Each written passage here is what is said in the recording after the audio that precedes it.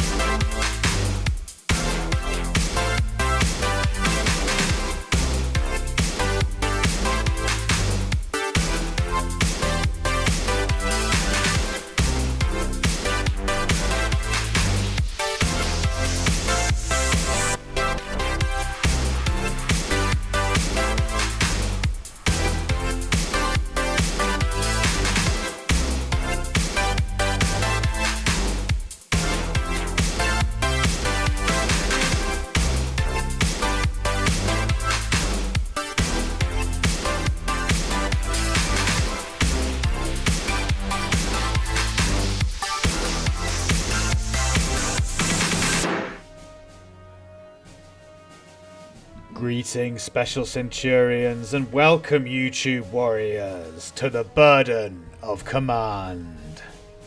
This is a World War II decision-making tactical RPG in which you take on the role of a captain of a regiment of soldiers fighting their way through the battlefields and trenches and villages in Europe, somewhere in Europe. I'm not sure where it takes place, but it's been on my wish list for basically since it was announced, I believe, and it feels like I've been waiting ages for it, but it is now finally out and we are here ready to play, and I could not be more excited to dive in to this awesome looking probably difficult game. Just before we get started though, I do want to give a quick shout out to all the new viewers and subscribers of the channel. Guys, thank you so much for your support. You are frigging awesome. You are what makes YouTube worthwhile, and releasing all the content worthwhile. All of the likes, all of the comments, everyone who's subscribed, thank you so much for your support. It really means the world to me that the Special Legion has grown to nearly 2,000 subscribers now. It's really exciting for me, and yeah, I couldn't be more happy and more thrilled that so many of you are enjoying the content. So a huge thank you and shout out to you guys for making it so. With that being said, let's dive into a brand new campaign. Start a new campaign. Campaigns that start later, e.g. Morocco, will unlock for your future convenience as you complete a region. In case you want to come back sometime and play starting there, units will be given appropriate starting experience. Okay, so you unlock like progress as you go. So once you complete a region, you can then start from the beginning of the next region, and so on and so forth, which will probably be quite useful because I can imagine we're going to wipe quite a lot or make a lot of bad decisions and get a lot of people killed. But let's find out what happens. Start a new campaign. Start a new campaign. The Cottonbalers or Balers, Cottonbalers, yeah, Cottonbalers. That's the name of the regiment of that we are in charge of now. Pick your difficulty: tactician, balance, or story.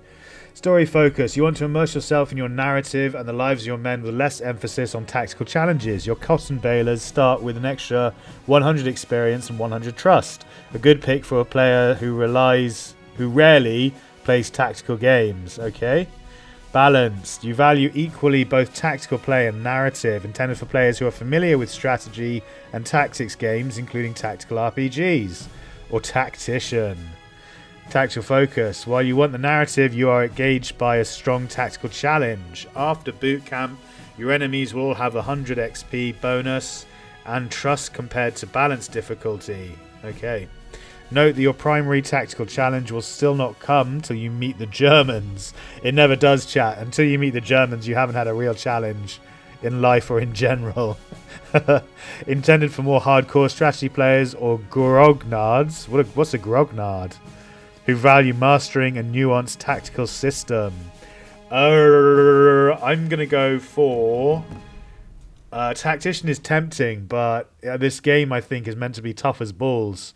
And a lot of the difficulty comes in the decisions you make rather than just the tactical, tactical battlefield elements. And to be honest, I don't want to have to restart loads or spend too long struggling through it. So I think I'm going to go for a balanced playthrough. This is our first look at the game. I don't particularly want it to be so challenging that we can't progress quickly through the missions and through the storyline. If I feel like when we get towards the end or once we finish the first playthrough, if I've enjoyed it enough or I feel like we get anything more from a tactician playthrough, I will restart and do a tactician playthrough for you all to enjoy. But I think for the moment, we'll just go with balanced. Rallying will move a lot of suppression from a fresh unit, but it will also consume all their orders. That first mile. 24th of September, 1942, Virginia, United States. Warning. Blimey. While our demo does not contain... I don't have the demo. What are you talking about? I've got the full release. While our demo does not contain truly graphic images, the campaign game occasionally will. After all, there is no getting around the hideousness of war. Well said, there is not. Warning. This campaign occasionally shows disturbing images of graphic violence intended to convey the true burden of war. If this is not fit for you, then please consider refunding the game now. Click anywhere, press any number key to continue. No, I'm happy with that. No problem. Well, not happy with it, but... lead designer for Burden of Command, and I'm breaking through the fourth wall today. Ouch! To thank you. Oh no, fourth wall, what are you doing? Something new. A leadership RPG. Now I imagine you're here hoping to test your mettle as a leader, emotionally, morally, tactically, in World War II. For us to give you that experience, it means a risk for you. What's the risk? Well, a new approach obviously requires a learning curve. And we all know learning curves can produce confusion, hell, even frustration. And playtesting has shown that there is a learning curve for Bird. Two kinds. The easier part, where you learn new mechanics, not tried before. And then the much harder ones, where we break some of your likely pretty ingrained assumptions about how, for example, repeated shooting will kill an enemy unit. We instead do something called the 4Fs, which we'll get into later. The point is, I'm going to be breaking in occasionally here to help you with video demonstrations, along with some design explanations about why we break these conventions. But remember, it's all to give you a credible leadership role-playing experience.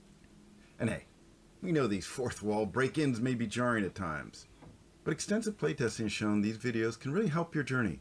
So please, keep an open mind, and hey, Cottonbaler, good luck out there. So that does confirm that we are, in fact, the Cottonbalers, not the Cottonballers.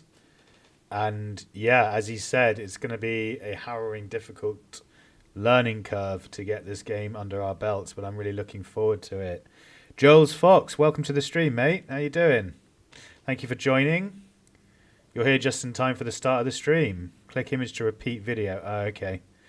Blackwater Canyon in autumn. Image courtesy of Forest Wander. Ah. Okay, Camp Pickett, Virginia. Commence my journey. Tell me a little about this game. Is that the video we just watched? Tell me a little about this game. I think it might be. No, okay.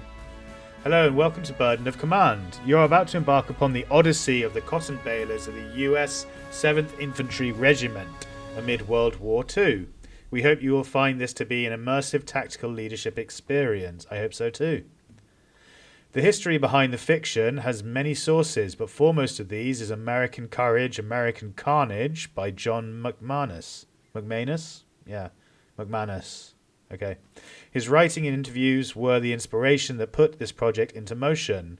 A reprinting of his book is set to release in April 2025.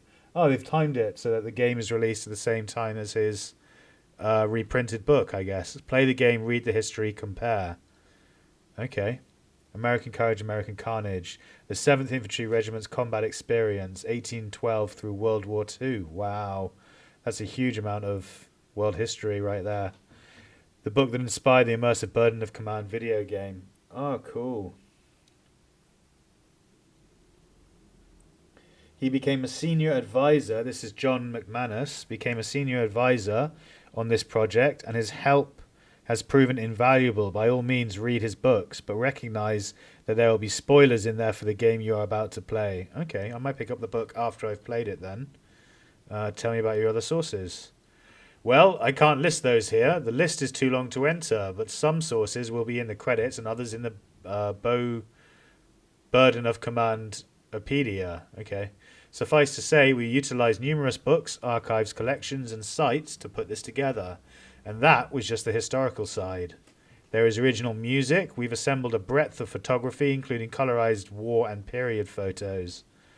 Yeah, that's what I have to say. One of the things I'm most impressed with, I think, by this game so far, or looking into the trailers for this game and what it had advertised for the game, is all of the like black and white grayscale army photos that they've incorporated into it. Like, it's really cool the way they've amalgamated so many historical memoirs and memories and put them in the game to make it feel authentic and immersive. Well-researched art and sound effects will likewise be found during the course of play. Who put this together? Green Tree Games is a small indie group that put Burden of Command together, which is to say it was largely Luke Hughes who kept all our ducks from wandering off. He is responsible for much of the coding, media, craft and focus. John Strong did a great deal of coding. Steve Overton and Henk Stoffers handled the scenarios. Alan Gies and Paul Wang fucking brilliant name. Paul Wang, love it. Wrote the fiction and coded many of the events. Thank you, Paul Wang. Good job. More names. Mariusz Kozik. Polish, is that perhaps? I'm not sure. Ukrainian, Russian. I think it's Polish, though. Maybe Slovakian. Don't know. Painted the characters and portraits. Sergei Averkin laboured upon all the other art, both big and small. Steve Law managed legal matters and kept us on the road. There were also many others. Please see the credits for details. Okay. So, this is us starting the game. 24th of September, 1942. Camp Pickett, Virginia. Morning dew dribbles down the bright leaves of the forest. Ahead, Platoon Sergeant Bennett leads the way beneath the canopy. That should be the hill, he notes, and gestures towards the rise to the east. Bit of a walk, but we're close. On his back is slung the standard issue American M1 rifle, a near twin to your own. You said that 10 miles ago, Sarge. Or, I should take another compass bearing. It sounds like he knows what he is doing. Fuck. Do we want to, second guess him and take another compass bearing? Would that be considered not rude, but would it be, disrespectful? Or am I supposed to be navigating here? Is it important for me to take another compass bearing to make sure the regiment is on the correct course? I'll do that. Let's take another compass bearing just to make sure we're on course and confirm what he just said, I suppose. We're on course, Lieutenant, Sergeant Bonnet replies as your fingers rest atop the compass case. The map references were pretty clear. It wouldn't be unusual for the trainers to throw you a curve by providing a dubious map. After all, leadership is about overcoming adversity, but they can't hide landmarks or move buildings. Sergeant Bennett has been in the army since before the big draft in the 40s. He knows his way around. Oh, I see. So this is a training World War II era compass. Cool. That's really cool. So this is like a training exercise that we're on, and they could have provided us with a dubious map. So, and I've been in the army for a while too. Background set to regular army prestige +1. Prestige is how much influence you have with your superiors after a scenario is over. Or, and I am recently commissioned lieutenant. Background set to 90-day wonder, trust +10. Trust is how well your men react to your orders within a scenario. 10 trust is worth approximately 1 prestige or loyalty. Okay, and I'm a reservist returning to the army. Loyalty +1. Background is set to reservist. Loyalty is how much influence you have over the men after a scenario is over. I don't know how any of these like pan out or play into the mechanics of the game. I'm going to go with prestige, I suppose. We'll go with the top option. I've been in the army for a while myself, actually. You have been practicing your trade in America's peacetime army since before the Germans and the Japanese tried to light the world on fire. The US has yet to send many divisions overseas, but that is only a matter of time.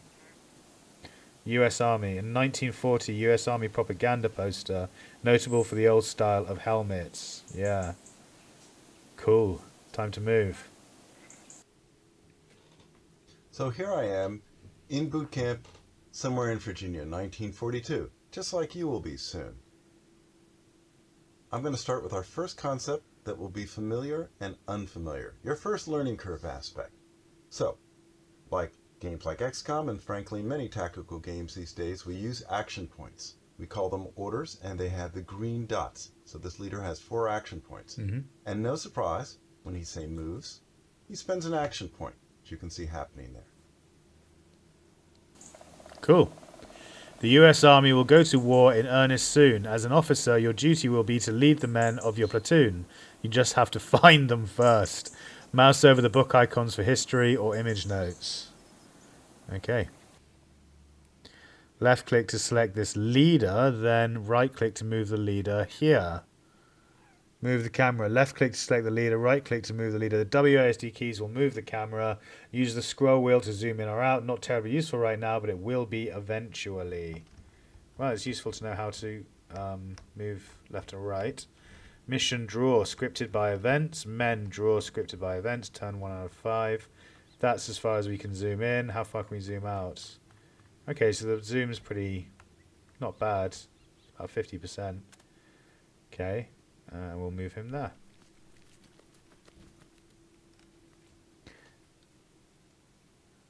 This leader just expended an order. The grey sphere indicates that an order was spent. The text indicates how. Gotcha. Orders closer now. Hills and mountains are always further than they seem. The grey circle that you saw float up indicated the expenditure of an order. Burden of command runs on orders. Every unit has some, and you can't do anything but get shot at without one. Okay. Orders are spent to move a unit. You can usually move a unit multiple times. Genghis Dan, welcome to the stream, buddy. How you doing? Good to see you again. Right, we're going to move him to up here. And it'll take another order. White highlighted hexes indicate where you can move to. Lighter color hexes indicate what you can see. Gotcha. Okay.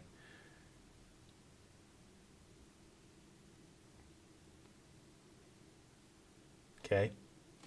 It's a good view from up here. Good enough to see a few stragglers from your first platoon. Looks like the kitchen patrol is still on their way to the obstacle course, Sergeant Bennett notes. And if we let them dog things, they'll never get there before dinner. I'll order them to move up. No change to verbosity. Verbosity is one of the 3 character traits. It reflects how much a leader likes to talk. Verbosity does not impact the tactical battlefield, but may add personalization to conversations. Yell down at those men. Verbosity +1. Verbosity is one of 3 character traits. Oh, it says the same thing. Okay. Or wave them forward. Verbosity -1.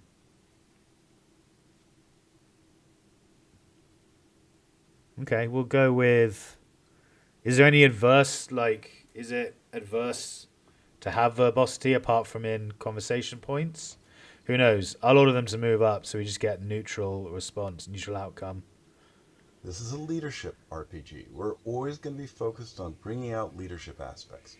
In the Army, leaders are in charge of platoons, which is a group of squads or companies. And so there's a command structure, and we do that too. This is a squad here, part of my rifle platoon. For it to do something, I've got to order it.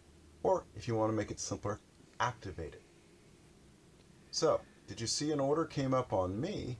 Not just a squad. The squad paid its action point, but I'm just going to say order from now on. But I paid an order because effectively I ordered the squad. I see, okay. These 2 green circles indicate 2 remaining orders. Yeah, you gain their attention and call out an order. Conditioned by training, they obey. A squad must be activated to utilize their own orders. A leader will spend an order to activate a squad when that squad initially shoots or moves, etc. Once the squad has been activated, they have enough direction that they can then expend 2 or even 3 orders without requiring a further leader order for the rest of the round. Cool. Okay, hang on. 1. Left-click this squad to select. Moving the squad will cost the leader one order to activate the leader for the turn. What? Oh, I see. Yeah, okay. The squad itself will consume 1 order to actually move. Move the squad here. Squads move slower than leaders. So when I do this, we'll go down to 1 order left on the leader and 2 orders left on the regiment. Yeah, cool.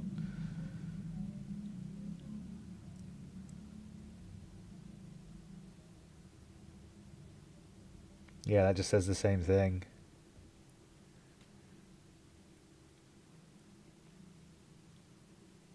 Yep, that says the same thing as well.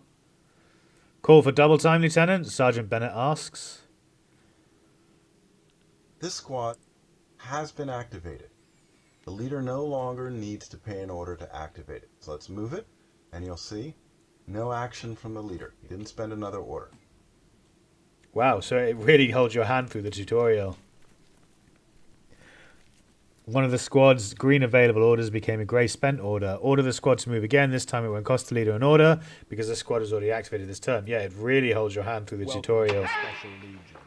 Oh, welcome to the Special Legion. Thank you so much for the sub. I really appreciate it. Thanks for the support. What was I saying? Yeah, it seems like it really holds your hand through the tutorial, which is actually kind of worrying me because if it's holding your hand this much through the tutorial, it must mean the game in the future is like really in-depth and complicated. Maybe complicated is the wrong word, but it is really in-depth and tactical and difficult. So it's holding your hand as much as it can to reduce any kind of confusion or frustration you'd face later on in the game. Join my squad. Lead. Grab them both. And go somewhere. Now this time, they'll both pay an order. But be careful, it's not an activation order. They're both moving. You don't get a free ride. You got to pay for the move too. That makes sense. So, there you go. We're similar to games you're used to. Action points. But in this case, they're really orders. And they involve things like squad activation. Here they are. Sergeant Bennett notes as Sergeant Layton, no relation, and his kitchen patrol reach the summit. Layton, can you see the obstacles course from here? Breathless, Sergeant Layton nods in the affirmative. His fellow spud peelers are all but ready to drop. Clearly they can't go very far with us. If only they were in better shape. They're not part of the coming exercise. Let's go with only they're in better shape.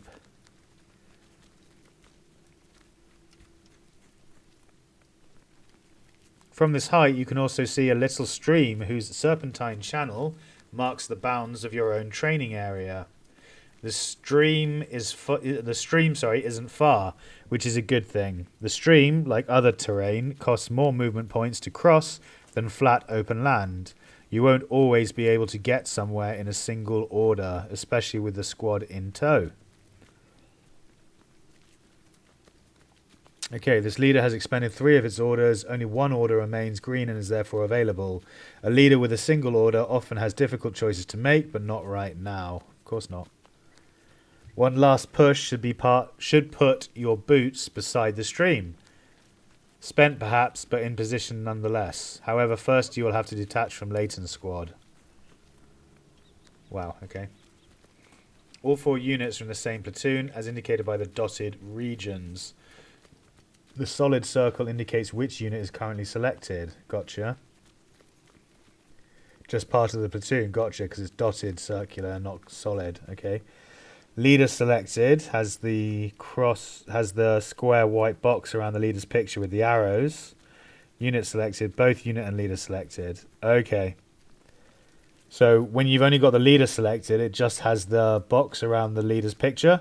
When you have the leader and the unit selected, it has the white solid circle around the unit, as well as the white box around the leader's picture.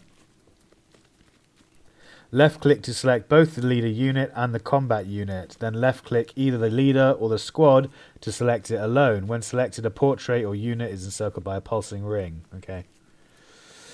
The first left click of a hex selects both the units in it. A second left click of either a leader, portrait or the squad below will select only that unit. Yeah, do not follow Luke's example in the video and instead rebel and left click the leader portrait repeatedly until only the leader is highlighted.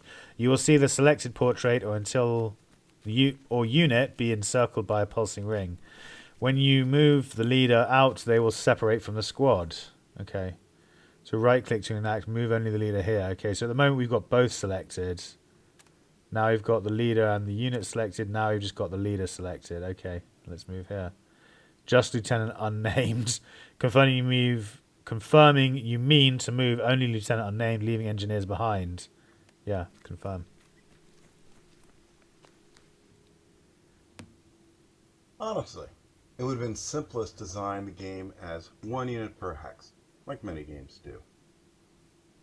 But frankly, it just felt wrong not to have leaders in with their men leading them. So we committed to simple stack, 1 leader, 1 squad per hex. So then how do you manage selection? It's simple. Click any unit in the hex, both select, because you probably want to move both of them normally. But maybe you just want to move the leader this time. Click again. And here I am. So I'll do the same thing again. I'll click the squad, and I go back and forth between just the squad and both. Yeah, makes sense. Down by the stream. Let's take a breather, Sergeant Bennett suggests, but we're almost there. At this point, your leader should be out of orders. 3 to move your leader, 1 to activate the KP squad. The KP squad itself moved twice the normal amount for a green rifle squad. Orders refresh at the start of a new game turn. Out of orders means you can't do anything. No need for questions, proceed. What if I didn't move the squad? Have a question answered, then proceed. Veteran squads have more orders? Yeah, let's look at veteran squads. Veteran squads or special combat units might have 3 orders instead of 2. Veteran officers might have 5 orders instead of 4.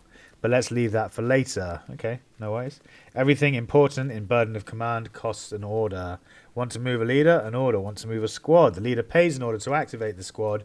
Then the squad expends its own orders to take actions. Shooting or assaulting, we'll get to those, but yep, an order. Since there are currently no enemy units around, just pass the round until a new game turn begins. How do you pass the rounds? End the round until a new turn begins. The forest thins. At last you spy a hint of civilization.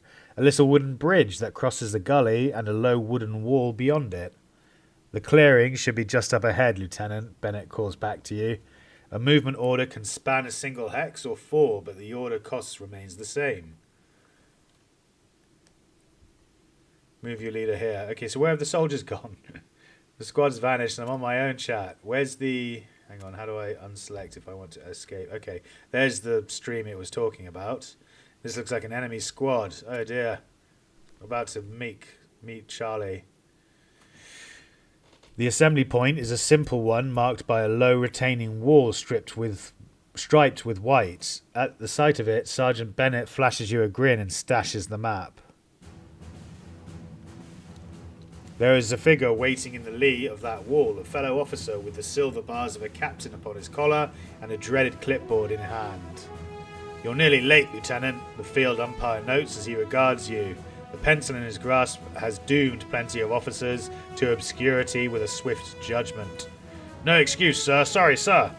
Salute. Nod to him. I'm going to salute. Sergeant Bennett gives a firm warning cough, but it comes too late. The field umpire shakes his head slightly. When out in the field, such gestures are apt to attract snipers. Oh, blimey, okay. Remain silent as is proper. Thank you for the clarification, sir. Sarcasm +1. Sarcasm notes how sharp-tongued a character is. Sarcasm does not have any impact on tactical scenario. Being sarcastic may provide personalization during the interactive fiction. Remain silent as proper. No change to sarcasm. An officer does not have to be sarcastic or stoic. He certainly is setting the tone here. Sarcasm -1. A lack of sarcasm lends a firm and affable manner to a character. Being affable does not have any impact on a tactical scenario, but it may provide personalization during the interactive fiction. I'm not going to go sarcastic. I'm going to go firm and affable. He certainly is setting the tone here. Cool. This is what I mean, stuff like this. Men of the 21st Engineers Aviation on alert inside bomb splinter and gas-proof shelter at an airport used by air forces of the Red Army during the Carolina maneuvers. Shelter constructed by 21st Engineers, image courtesy of the National Archives. Today you will undertake a leadership exercise consisting of no less than 3 separate field problems, the field umpire says. You and your men will be assessed based on outcomes including both objectives achieved and casualties sustained. You will take command of your rifle squad and we will proceed. Any questions? Is that a live fire exercise? Where is my rifle squad? That's probably not a good response when you don't even know where your rifle squad is. What's the mission for this field problem? No questions. Mentally review what I need to do. What's the mission for this field problem, we'll ask. We'll get to that shortly, the field umpire says. They like their surprises, Sergeant Bennett remarks softly to you. No more questions. Mentally review what needs doing. We just need to find the squad, Sergeant Bennett says. Doubt we'll need more than a few waypoints on the map to figure out where they're at. Lead the way. The squad is not far away. This path may use the fewest movement points, but it doesn't utilize terrain. I see, okay. Waypoints are vital to using this terrain to your advantage. The route that uses the least movement points is not always the best one. Yeah, of course not. But this is an exercise. Control right-click to establish waypoints and stick to covering terrain when possible. Ah, I see. So the woods offer, like, cover. Gotcha. Gotcha. The mission. Finish the exercise before turn 4. The men don't get anyone killed. That in mind, you lead the way. Okay. Select your leader and move to this squad by expending a single order. I see. That's not the enemy, that's our rifle squad. Blam! The field umpire calls out from behind you as you move over open ground. Oh, I see. Okay, so stick to the cover. Lieutenant Einstein, you moved over open ground where a sniper could see you. That is a potentially fatal risk to take, and a dead leader is no help to anyone. Unless you've got a good reason to avoid moving through cover, you might as well make an effort to not get shot. Right, waypoints. I do not like that. Okay. Let's go with 1. The umpire's preferred path. Waypoints would have taken you through covered terrain. The umpire would have preferred you to take covered route. That will not always be possible, though. Quickly and safely can apparently be 2 different things. He's right, Lieutenant. There's no point polishing a turd, the sergeant remarks. Best to get moving before someone decides we get shot again. God damn it. Okay, so we should have moved down and through here. Well, we already tripped to the first hurdle, chat. That's not a good start. Lieutenant, you are revived from the sniper call, the umpire says. Continue with the exercise. Our squad looks beat, Sergeant Bennett says. It's true. By all appearances, they can't possibly take another step. Some might say their morale is low. Right now, it's dog-dick low. Like they've been suppressed by enemy fire, but they don't have to stay that way now, do they, Lieutenant? What would you suggest, Sergeant? Directness -1. Directness is one of 3 character traits. It reflects the approach of a leader to problems, subtle or otherwise. Directness does not impact the tactical battlefield, but may add personalization to conversations. Okay. I could give them a speech as verbosity. They will obey my commands as directness, or consider kicking them into shape as verbosity -1. I'll give them a speech. Verbosity +1. Rally! You could, Lieutenant, Sergeant Bennett says. It might even work if you lead them forward afterward. Either way, I'll kick a little ass on the slackers. Good morale. Firefights, 50 out of 50, you win. Full orders, movement normal, you will pass most morale checks. Moderate morale is shaken when they're... Yeah, okay, so the bar is their morale. So green bar is good morale. Yellow bar is shaken. Firefights, enemy likely to win. Orders... What? Minus orders, so reduced orders, I guess? That's supposed to say, I'm not sure. Movement reduced towards the enemy. You will fail most morale checks. Or bad morale, cowering. Firefights, the enemy will definitely win. You only get one order rather... yeah, you only get one order no matter how many they start with normally. And no movement towards the enemy at all. You will fail all morale checks as well. Okay. Interesting. Thank you, Sergeant Bennett. Sergeant Bennett is reminding me I need to teach you about the backbone of your company's performance. It's morale. So here we have a good order squad. It's green, no suppression, has 2 orders, moves about 3 hexes, tries to move under fire, pass the morale check to do that, about 70%. And if it fires in an enemy, 50-50. Now notice those initiative wheels, donuts I like to call them. You really want to win initiative. Because if you win initiative, you fire first. Yeah. You suppress the enemy. That makes sense. Reduce their morale. Then their fire back will be weak. Yeah. Now let's look by contrast at this shaken company. It's yellow. It's lost about half its morale to suppression. First thing to notice, subtly, is it only moves 2 squares forward. It can still retreat. Because they're more cautious, because they're shaken. Also, let's notice one more thing. Only 1 order. Yeah. So the morale is actually reduced the total quantity of actions you can give this squad. Pretty bad. And guess, if you fire them, not going to go so well. Okay. You're going to lose. And the morale check's unlikely. Finally, let's look at these poor guys. About 9 points of suppression. They're red. They're basically cowering. They won't even move forward. Though you can still move them back to get rallied, maybe behind a hill or in some cover. I wouldn't bother trying to fire. Not going to work. Yeah. You can give up on assault. Now, friend, let's have a little fun here. This is a 3-star unit. Very experienced. What do you notice? It's got 3 orders, not 2. That's a big win. And guess how it's going to do in firefights? Very well. And guess how it's going to do on morale checks? Hey, it doesn't even have to pass a morale check to move under fire. Wow, that's pretty good. Work hard, Captain. Maybe you'll have units like this eventually. Lead them well. Cool. Game Player 75, welcome to the stream, buddy. Are you coaching someone? No, the game is coaching us. Rally will remove suppression. It will also expend all of the squad's, not the leader's, remaining orders. Okay, time to rally. To rally, a unit must not have expended any orders during the turn. It must be fresh. Rallying requires a fresh squad. So fresh squad, no suppression. This squad has expended an order. It is no longer fresh. This squad has merely lost an order to suppression. It is still fresh. Okay. This squad has expended all orders. It is spent. The fresh status is only determined by whether or not the squad has expended an order yet. Orders lost to suppression don't count. Orders expended for any other reason do. Makes sense in my mind. Your men want guidance and leadership, and that's why you're here with them.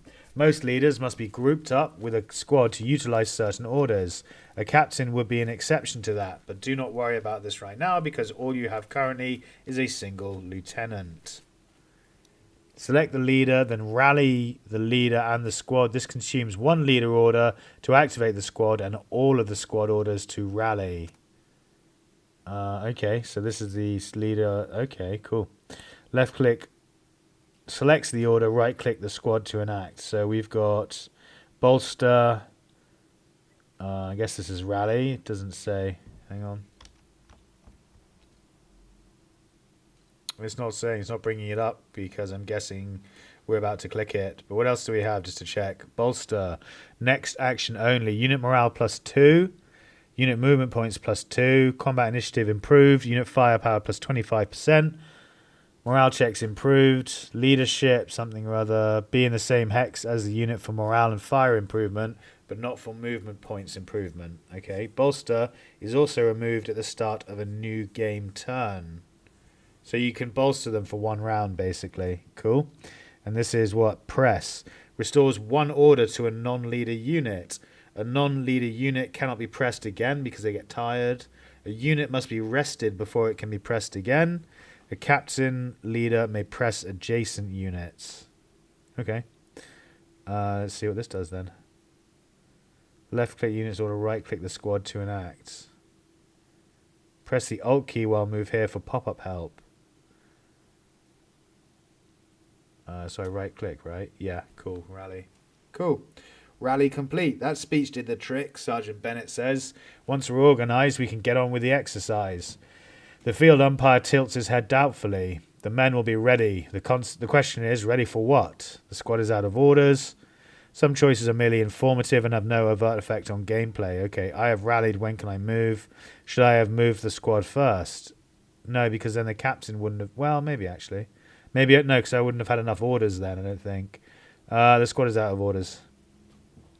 For this turn, it is spent. Next turn, it's available. Orders will refresh.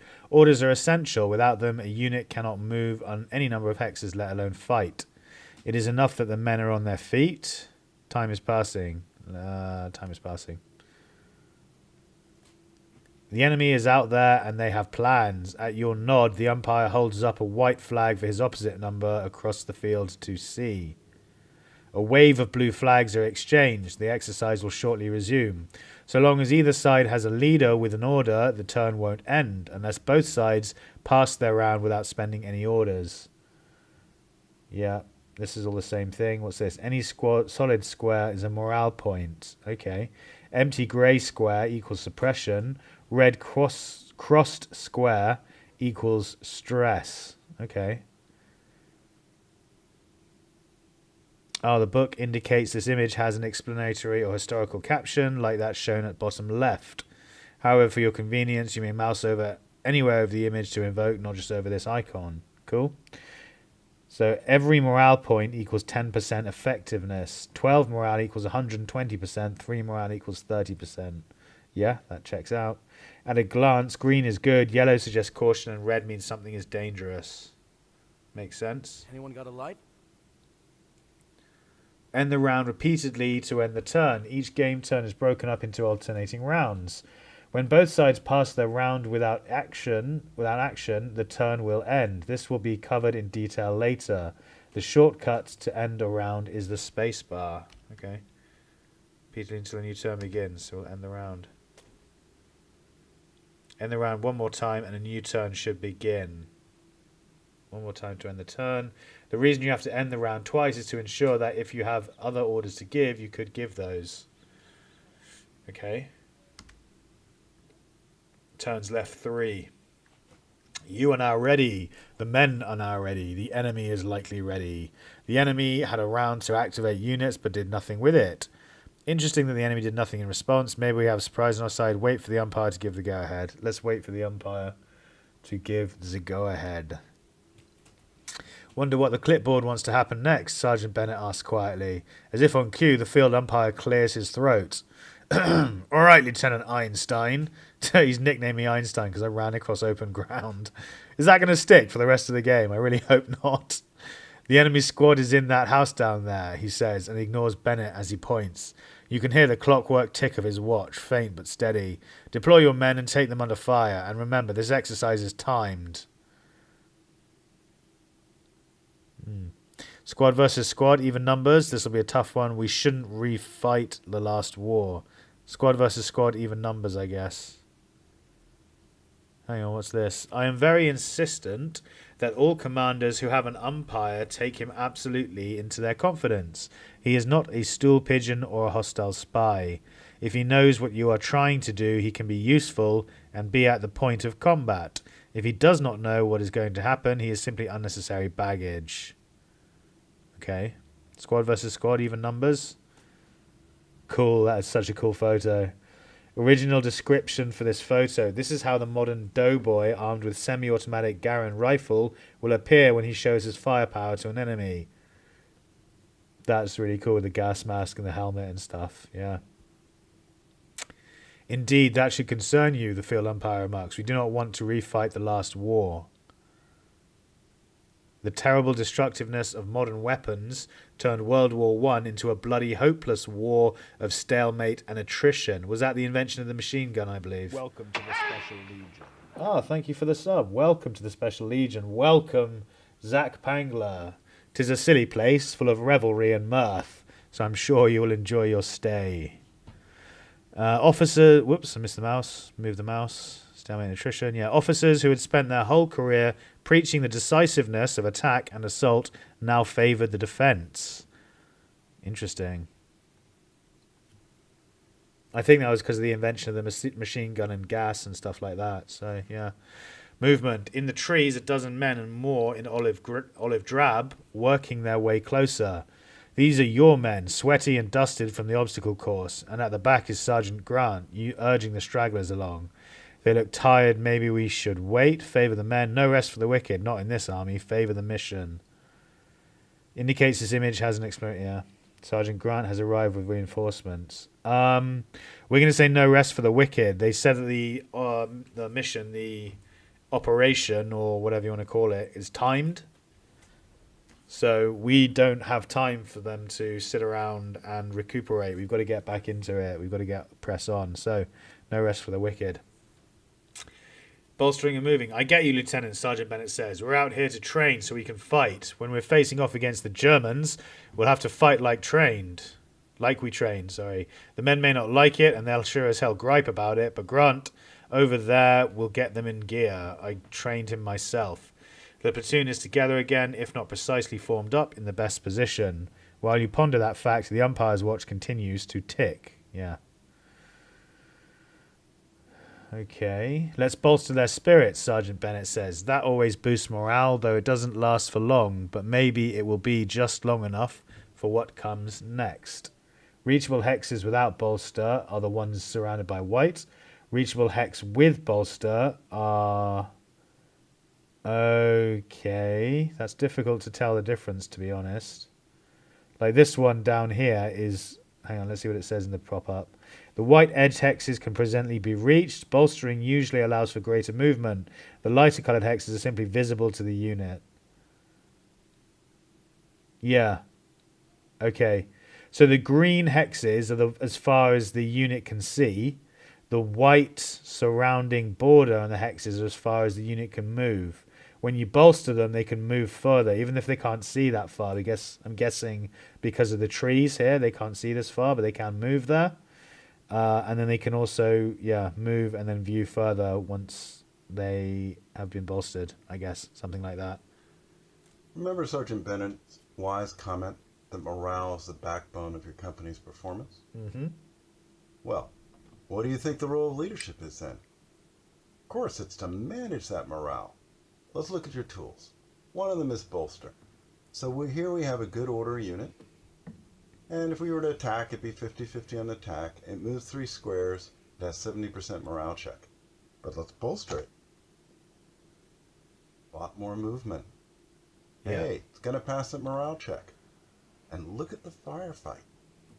Bolster enhances an already good unit so it is significantly more effective, especially for firefights. The experience and the trust of the leader comes to bear. Yeah, that makes sense. Don't make the mistake, however, of thinking of bolster as sort of a poor man's rally, rally for one action. I've moved the leader down to this shaken squad, half morale, and I'm thinking, well, it's pretty poor for a firefight right now. Maybe I'll bolster it and it'll be fine. Well, there's some improvement.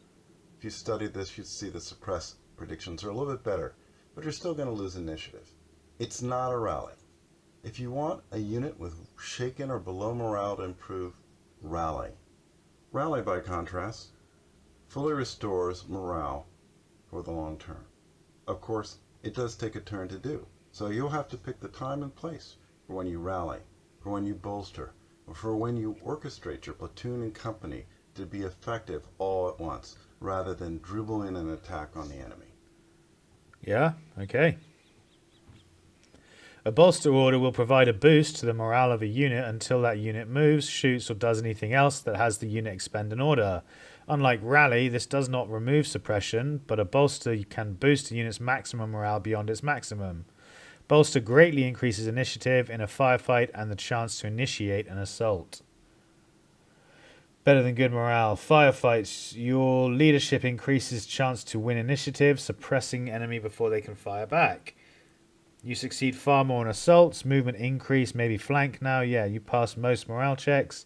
Most useful on already good morale. Makes sense. Okay, bolster the leader and squad.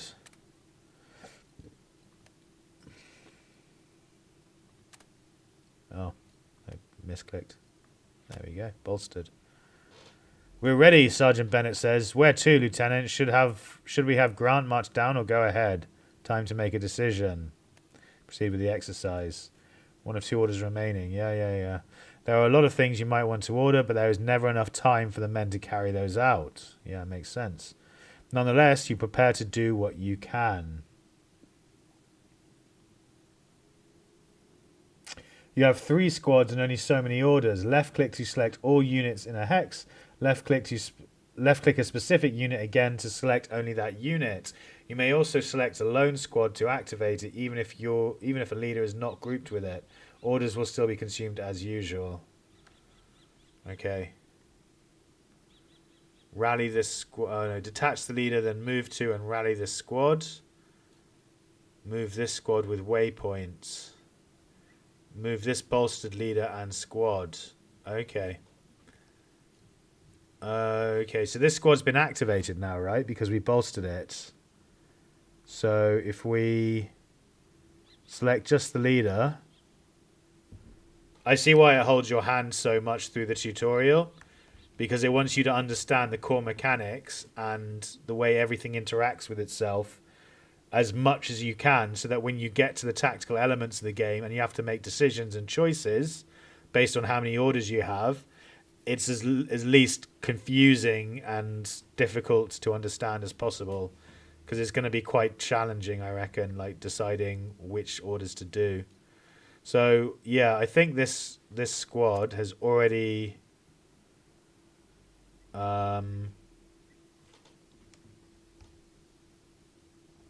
is already activated because we bolstered it, right? I think I could be wrong. Let's try moving this. So no, it's Alt. Alt is waypoints. So Alt click to that. No, Alt click to there. Cancel. How do you do waypoints again? Isn't it Alt? Just the squad. Alt click. Or was it Shift? I can't remember already. That's not good. Yeah, good tutorial. Yeah, it really is. It really explains everything thoroughly. But I've already forgotten whether it was Alt or Shift to put a waypoint in. I think it's Alt. Just squad P1. Okay, so that's one order done. This guy can move to here and rally these guys. So that's one order less because he's moved. Now he only has one order left, which we'll use to rally. Staff Sergeant Grant, 1st Platoon Guide. Sergeant Grant stands and salutes you as you approach. No need, Sergeant, not during a field problem. Of course, Lieutenant, Sergeant Grant says and swiftly lowers his hand before an umpire decides that the motion warrants a sniper check. 1st Squad and 3rd Squad have cleared the assigned obstacle course and are ready for more. From the groans that rise up behind him, the men definitely disagree. Let's get them on their feet. Those with clipboards will demand as much. Motion for him to proceed. No, let's get them on their feet. Come on, men. Up and at 'em. Oh, bayonet training. Cool. Yes, Lieutenant, Grant replies, and then turns to do just that. But you know there's only so much a sergeant can do. The rest will fall to you. Good man, Sergeant Bennett says as the squad stops loafing. I expect he'll have my job someday. Private Charles Sandak realistically goes about his training seriously as he bayonets a bag with Japan's insignia of the rising sun, image courtesy of the National Archives. Yeah, they've even like crayoned a picture of the rising sun for it. That's funny. Control shift and waypoints? What, both of them? I'm pretty sure it was just one, just Alt or Shift, but I'll have to look into it. I'll have to rewatch the video at the once I finish the stream. I'll rewatch the start. Hopefully, it won't be too punishing on us if I don't use waypoints in the tutorial. I mean, we've been going for an hour, and we're only halfway through the tutorial, so we'll see. We'll work it out. Time to rally the men. The clock is ticking no matter what I do, so time to rally the men. All squads are led by sergeants, or if there are casualties, corporals. They are the ones that receive your orders and act upon them. They do not appear separately on the map. Down the way you spy movement in the house. The objective has not changed. Move toward the objective, or move to the other squads and rally them. Yeah. So maybe I shouldn't have moved that squad sideways, but who knows. Go shoot at the objective. Nearly every action costs at least one order, either from a leader, a squad, or both. An activated squad acting alone will only consume one order from a leader to move, assault, or shoot to the extent of its own orders. So I shouldn't have moved them because that used one of their orders. If I hadn't moved them, I could have moved them down to here and then probably opened fire. But as it is, these guys are going to have to rally. Okay, here we go. Now you can read the rally pop up. Vital long-term order. Removes suppression and thus restores the morale of units at the hex. A non-leader unit must not have spent any orders this turn, i.e. be fresh to be rallied. Upon being rallied, a non-leader's unit's orders are all used up. Leaders may only one order. What? Leaders pay only one order, I see. Freely performs the rest action for units in the hex. Rally them. Time to step up, ladies! Okay, so they're rallied. These guys haven't been activated, so we can't activate them. These guys, can they fire? How do we fire on how do we actually fire? Assault, difficult with high XP or bolster. Assault includes movement to the target hex. Movement may be interrupted by opportunity fire. High risk of casualties if the enemy is not suppressed or flanked. Okay. Recon by fire and weapon range. May reveal hidden enemies if used to fire on seemingly empty hexes. Enemy XP reduces the chance. Okay. Will also indicate the maximum range and line of sight of this unit's weaponry. Hold fire is a setting. May restrict this unit's use of opportunity fire. No order cost to change the hold fire setting. Unit will always return fire unless hidden. If hidden, the unit must pass a difficult morale check in order to hold fire. Okay. Change facing. Right-click outside of the unit's hex in the direction you want them to face. No order cost for infantry and in-motion vehicles. Halted vehicles must expend one order to change facing. Okay. A leader will adopt the facing of a combat unit in its hex. Okay, so I guess we'll do recon by fire and weapon range. Oh, yeah, I moved them in a way that they can't fucking open fire. So let's do that to there. Yeah, they did nothing, funnily enough. Okay, that's all we can do. Maybe we scared them a bit, chat. They're like, oh god, they're firing near the house. Okay, let's end the turn. We're over the top. What? We're over the time limit, Sergeant Bennett says. We should prepare to open fire. Finish the exercise before turn 4. Try not to get anyone killed. Interesting. Well, it's turn 4 now. Okay. Bolster 1, bolster 2, shoot. Left click to select all units in the hex. Right click the enemy via the crosshairs to enact. The leader will consume one order. Yeah, okay. So we'll bolster these guys. Bolster these fuckers so they can move into terrain and then shoot. Bolster them. Now move to here. Can we? Yeah, move to there.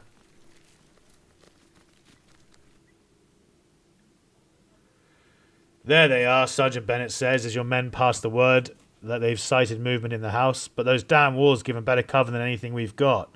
Nearby, the umpire with the clipboard makes a note, a lengthy one. Okay, let's prepare to open fire. Give the men some direction and the umps will take note, Sergeant Bennett says, as your men prepare to place the revealed enemy under their crosshairs. Every little bit helps us to build up our fire against the enemy before they do the same to us. Left click to select the unit you want to have open fire, then right click the enemy. This will consume one squad order. Okay, so they're revealed now. I see. Shoot here if you're out of orders. End the round till the turn ends. I shouldn't be out of orders. Yeah, good. So they're bolstered, and we want to open fire on these fuckers. Let's just read what this says. When your cursor is over an enemy, and if the unit has orders available, you should see some crosshairs, and a complex combat screen will pop up. Ignore that fire hose of something or other, because this picture's in the way. That's unfortunate. Ignore that fire hose of... Yeah, I literally can't read that. Something now. Oh well, whatever. Let's open fire. We've bolstered. We should win that. We're flanking as well somehow. I don't know how we're flanking, but... Yeah. Okay, shoot.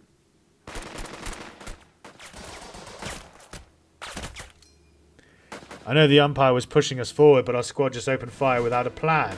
Well, I was told to by the tutorial. Sergeant Bennett says, I'll bet we could get as good as the Jerrys if we have time to. Unsupervised and poorly invigorated fire likely resulted in little suppression, the field umpire remarks, and writes something sharply in the margin of his clipboard sheet. I bolstered the fucking squad, moved them into position and fired like the tutorial told me. What do you want from me? Whistles blow. The exercise halts as the umpire gets to work figuring out the damage to the enemy. Sergeant Bennett waits beside you. Halt the exercise, the field umpire barks formally, then signs the bottom of the page with a flourish. Lieutenant, you went over to first squad and formed them up properly prior to attack. However, you failed to do the same for third squad. This would have resulted in a number of your men being killed and time wasted until you could regroup for a full assault against a now prepared enemy. I see. So what I should have done is bolstered, moved across, bolstered, then moved them both down, and then gotten all of the squads to fire on them. I think. But the tutorial didn't explain that. It just told me to do that with one squad. It's quite interesting. It's like, in some ways, it's holding my hand completely and utterly and telling me what to do over... Like, it's over-exaggerating the tutorial, but then it's failing to explain certain other things. So it's like a weird mix of using my own initiative to work out how to complete the tutorial and being handheld too much to work out the mechanics. So I'm not really sure. It's a bit confusing, to be honest. But, I mean, it's supposed to be a difficult learning curve. It said that at the start, so we'll see how it goes. Just very weird way of doing the tutorial. Like, if I hadn't have held my hand so much and told me one way how to exactly do the tutorial, but then also expecting me to use my own initiative, I don't know which one. I don't know if I'm coming or going here. Like, are you going to hold my hand and tell me exactly how to do the tutorial, or do you want me to work out how to play the game and use my own initiative? Like, make up your mind which one you want, and then I'll apply myself to that level of what's required. Anyway, I should have also contacted third squad. I thought we should attack with what we had ready. Nod. I'm just going to nod because this tutorial is really confusing. Failing to contact third squad, you put your men in a position that they couldn't win. You can see that now. Yeah, I can. Wait, what were my marks today? Further discuss the issue of victory cost of defeat. We did all this, and for what? Prestige -1, loyalty +2. Prestige is the measure of your influence. Yeah, C to the men. Trust +10.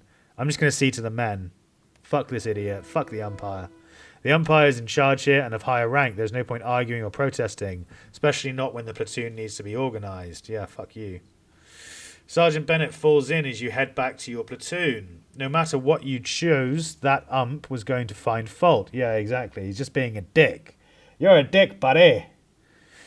Sergeant Bennett says, like being married, but without the fun parts. Hell, I bet getting something wrong was the point of the lesson. Yeah, probably. Rallying a squad was a good idea because if we're in for a penny, then we're in for a pound. Despite what the umps might say, the enemy couldn't be any more prepared after a 5-minute wait because the bullets hadn't started flying. Well, he also said that we were timed and that we had to finish the mission before the end of turn 4. And it also told me to do what I did, but then expected me to know that I could have done other stuff that it wasn't holding my hand for. It's really fucking confusing and unintuitive, to be honest. Maybe it's designed that way. Maybe it's designed specifically to confuse the hell out of you so you don't know if you're following orders and following the hand-holding tutorial or working things out for yourself and stumbling around in the dark as you would be like as a captain of a World War II regiment. I don't know. Whatever. Sergeant Bennett, Platoon Sergeant, 1st Platoon. This particular photograph shows a sergeant of the Special Service Force at Anzio, Italy, 20th of April 1944. There was no good answer. I thought I'd done everything right. Nod. Sounds true. Say nothing. I'm going to nod. Yeah, it sounds true now that I understand it. He's probably had to teach this lesson over and over again, Sergeant Bennett says. That'd weigh on anybody. What exactly is it I'm supposed to learn? Actual war will be a hell of a thing. Yeah. That is what they say, Sergeant Bennett replies. Leaders have to lead not just when things are going well, but also when the chips are down. And yeah, they made certain there was no good answer here because there might not be one over there. Click to access our Bokopedia for tactics, hints, and help. There's a question mark somewhere. Okay. Press this button to access our field manual, the Bokopedia, which will explain gameplay details, interface elements, and hotkeys. Okay. So you can check how to do waypoints in there. That makes sense. This button will allow you to access the Bokopedia, which has many useful tips and hints in an easily accessible form. It is a lot to take in. You'll have to keep your eyes and ears open. Lace up your boots. Successfully complete the first stage of boot camp. So the men draw, field problem reset, loyalty earned 7. So he got a draw at least. It wasn't a defeat. No one out of action, sir. Exit before the story continues. Game saved. Been a long battle. Game has been saved in case you want to stop and null things over before the next narrative-driven episode. You won't be able to save again until that finishes. Oh no, we're going to continue the story, definitely. Start and any next narrative. You won't be able to save again until that finishes. Yeah, let's go. Continue with the story. A good leader needs to be able to think ahead, anticipate a situation, and make a decision based on the best information available. At last, the fighting dies down. Dick Winter, eventually a major with the 101st Airborne. During his early training in the US Army, Damian Lewis narrates his leadership journey in Dick Winter's Hang Tough. Video and images, Time Hack 840, courtesy of the World War II Foundation. Mission, draw. The referees called it a draw. Nothing you could do about it. Men, draw. Yeah, okay. This is my duty. Why are you in the army? Duty, yeah. This will help me defend those I love. To defend your loved ones. They drafted me for this shit. I'll say this is my duty. And just like that, the exercise is over. The next will begin shortly. Use the line of sight tool frequently to something or other. Okay. Camp Pickett, 24th of September, 1942. Aid your men, continue your journey, your world. Click to read what they read. Scrollable, zoomable, click to dismiss. Oops. Okay. Your world. Are you a girl with a star-spangled heart? Join the WAC now. Women's Army Corps, United States Army. Thousands of army jobs need filling. And backup is in a... And what? And backup in a war job. And backup... Oh, I can't even read at the moment. And back us up in a war job. Gotcha. Okay, and what is this? Headquarters, 45th Infantry Division. Can't read that, it's too blurred. This is obviously the sign-up, or not the sign-up, the list of soldiers in the regiment. Lieutenant Colonel Irving Schaefer, 157th Infantry, Chief Umpire. 157th Infantry, Captain Chester Cruikshank. What a name. Cruikshank, awesome. Okay, so this is probably, or this is presumably a real, like sign-up sheet or a real report of, yeah, the assignments of the people in the infantry. That's cool. Okay, aid your men. Oh, bloody hell. Whoa, a lot of information just pops up all at once. Right. Resources you spend on your men. Mouse over for more. Loyalty, prestige, and replenishment, maybe.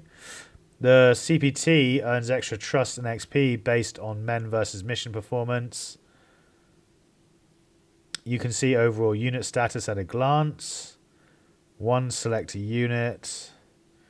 Aid your men cheat sheet. Click anywhere to continue. 2, decide where to help.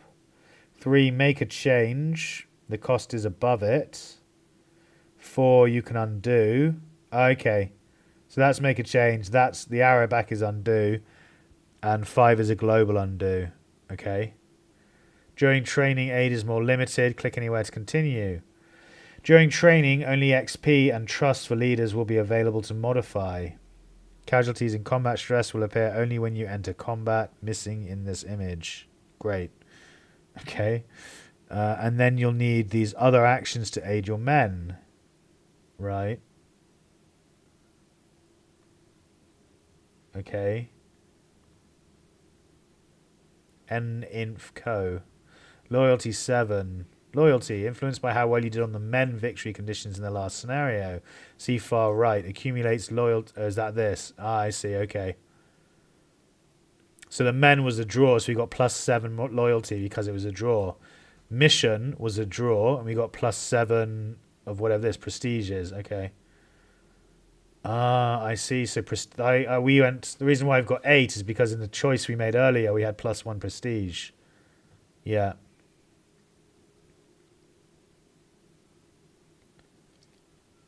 Okay. They like staying alive. You don't say. What's this? Replenishment? Replacements. Even if you have the prestige to obtain replacements for casualties, they don't always mean they are available. For example, being in the midst of an extended fight makes them less likely. Perversely, superiors tend to give fewer replacements to companies that are doing well. After all, you don't need them as much. Yeah. Note that if you are doing well on missions, you will be able to afford experienced replacements.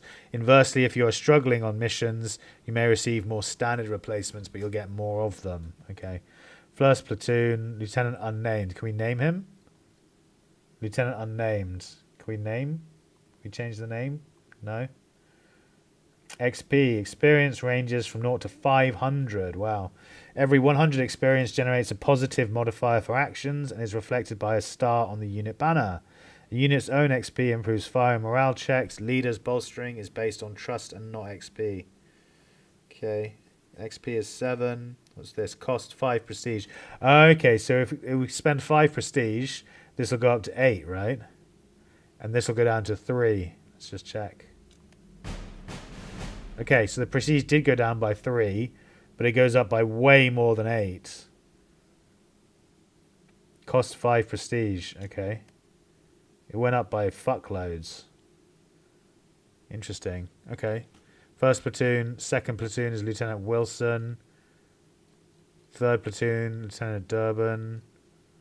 Fourth platoon is Lieutenant Stern. These are the squads. First squad, 1 PLT. What's this? 2 loyalty, 2 prestige. Okay. I think I get how it all fits together, but it's fucking quite overwhelming, to be honest. I'm trying to this all sink in and everything. An overall commander's trust with the men is typically earned more by how he did big picture on the men victory condition than by immediate battlefield actions. And commander experience earned, an overall commander's experience earned is often more about how he led the battlefield, i.e. the mission victory condition, than how he led moment to moment. Okay. Cancel. Let's just continue our journey. I don't know how to spend anything right now, to be honest. We can't actually. All we can do is increase the experience by the looks of things, and that will cost us prestige. So I think I'll save my prestige for the moment and work out how to spend it later. What's the question mark? Help. Oh no, that's fine. Cancel. Right, let's continue our journey. When in doubt, bolster, especially for an assault. Yeah, I've worked that much out.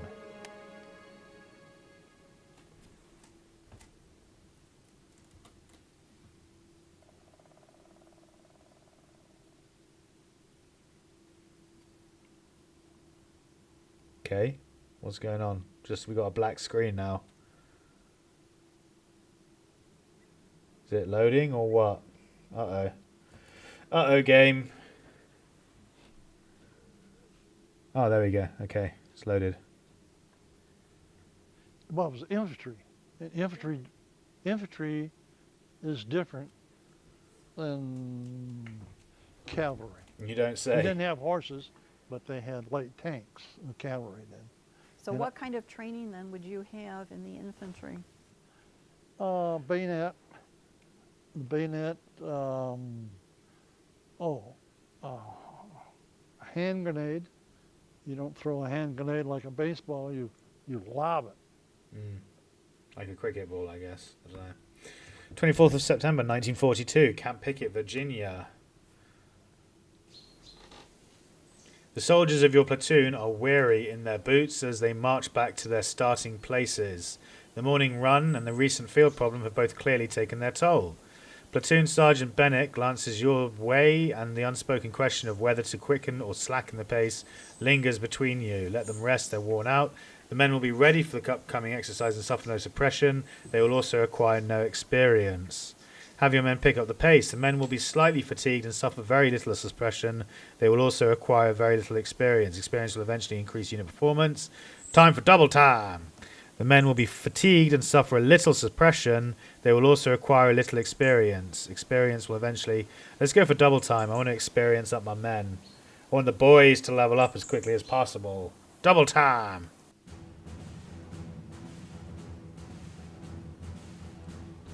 Bennett passes along your orders, followed by a few choice insults to put the men into columns. The men gripe about this until they're doing double time. At the assembly area, the field umpire with the captain's bars gives a little nod and recites his expected line. This field problem concerns fire and movement, culminating with an assault upon the objective, except this time your platoon will have support from your company's weapons platoon. Okay. Heavy weapons coming up, Lieutenant, Sergeant Bennett notes as a dozen men from the weapons platoon hustle over. They don't have real 30 cals yet, just logs painted black. Those are supposed to be as heavy as the real thing, but the beefy officer leading the weapons platoon carries a log as if it were no heavier than a baseball bat. Lieutenant Stern. Hey Stern, we're about to kick off. Verbosity +1, or wave Stern over, verbosity -1, or the field umpire will take care of things. No change in verbosity. A lack of it reflects how stoic an officer is. Verbosity does not impact the tactical battlefield. I'll go with stoic. Yeah, we'll go with stoic. We'll wave Stern over. Stern waves back and strides over. You're almost late, Lieutenant, the field umpire notes.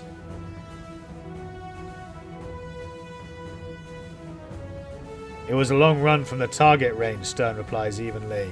But it'll be the Krauts who'll be doing the running when we take a crack at them. Yes, well, today's objective is for a combined arms assault on the farmhouse down there, the field umpire says and points to the little house in the distance. Time will be, as it ever is, a factor, of course. Stern certainly is eager. At least the umpire is staying focused. Wait until it is clear the umpire is done talking. Stern certainly is eager. Stern looks your way. Tell me what to hit and I'll hit that hard enough for you to shelp right over, he says and glances down at the 30 cal in his hands and chuckles. Well, we'll pretend to anyway. Back to your platoons, lieutenants, the field umpire says to you both. You are allowed only limited communication while the exercise is paused. In particular, the weapons platoon will be initially unavailable. What completely valid reason is there for that? Sarcasm +1. Understood. Sarcasm -1. Rifles first, because we're going unsarcastic, so we'll just say understood. Good, because it is part of the exercise, the field umpire replies, and that is apparently that. Remember, rifles first, then the machine gun. Stern gives you a knowing nod at that news. As the two of you depart for your different platoons, you consider how best to develop this field problem. Your 3 rifle squads are organised as part of the first platoon. The machine gun and mortar are part of the weapons platoon. Each platoon has a leader in command. Stern is in charge of the weapons platoon. Yeah, I got all that. Rifle squad. Shooting expends up to 2 orders. 1 order to move. Okay. Machine gun team, 1 order to shoot, 2 orders to move. Okay. Mortar squad, 2 orders to shoot, 2 orders to move. Leader, 1 order to move or shoot. May use bolster, rally, and press. I wonder what press does. We've got everything but tanks, Sergeant Bennett remarks. Each platoon will have a different role to play. Rifles expend up to 2 orders to shoot, but only 1 to move. Machine guns expend 1 order to shoot, but cost at least 2 to move. Mortars cost at least 2 to move and 1. It's just telling me the same thing over and over and over again. I get that. Doesn't need to hold my hand this much in the tutorial. It's really draining, like taxing, to read the same thing on the left side, and then in the next panel, read the same thing in the fucking dialogue. 2. Bolster. Unit gains temporary morale. If a leader is present, shooting and assault become even more effective. 4. Rally. Suppression removed via rally. Suppression via combat shock. 2. Casualties. Some of the combat outcomes you will have to sort, and yes, these can be accessed by the GUI reference screen, the one you bring up by hitting the question mark. Okay. Bennett tells me you're progressing, LT. So today we get to talk about tactics, not just mechanics. Without further ado, why don't we go to, I think, the core of how we're different from most tactical games that the casual gamer or others might be familiar with, namely bang, bang, bang, you're dead games. This is true, a fair number of tactical World War II games too, but I don't think of reality. You know, people don't want to die. You fire at them, they're going to get down behind the stone wall, and your bullets aren't going to do much. So Makes sense. instead, you need what's called the 4Fs. So here we are in Germany. You've got elements of a rifle platoon. You've got Germans up north, and your goal is to suppress them first. You're not going to succeed in killing them. They're in pretty good cover, and they're going to put their heads down. So you've started firing, but it's not just bang, bang, bang even for suppression. You have to be smart. You have to use your leadership. You have to bolster. Improving their fire. The leader is directing the fire here. He's using a heavy weapon, which is intimidating, higher rate of fire, puts more bullets around the squad. And, you know, when you hear bullets whizzing by, you start to be suppressed, meaning you're keeping your head down. Oh, machine guns can fire twice. That's useful to know. And you can see the color bars here are telling us the state of the enemy's morale. They've gone from green to yellow, and they will shortly be at red. They've been doing an effective job here. He's suppressed. Ah. Okay. That was a really poorly explained video. There was so much information going on in the top, and then the developer just rambling stuff at the bottom, to be honest. A whistle blows. The field problem begins. Finish the exercise before turn 2. Don't get anyone killed. Okay, select the squads. 2 shoot. Rifle squads may shoot up to 5 hexes away. Shooting will consume up to 2 orders. Shooting through the woods will not provide the enemy with cover, but the building they are in certainly will. Okay. Right click to shoot. This consumes 1 leader order and up to 2. So he's telling me to just shoot now. So do I have to do anything else? Like move these guys into a position to flank and engage or anything? I don't know. Just says select this squad and then shoot. So that's what I'm going to do. Because that's what it's fucking telling me to do in the tutorial.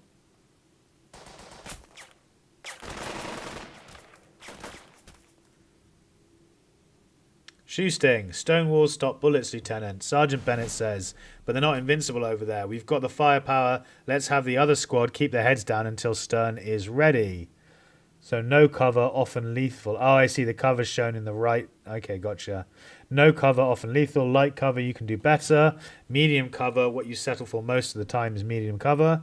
Heavy cover is what you want. And extreme cover, what the enemy always seems to have. Okay. Squad, prepare to fire. You give the orders and your men take aim. The enemy is already partially suppressed, so this should be a little easier. Okay, select this squad and shoot this enemy. So we've got... They're firing at them, yeah, and suppressing them. We've got... Where's our... Can I see where... Yeah, so there's...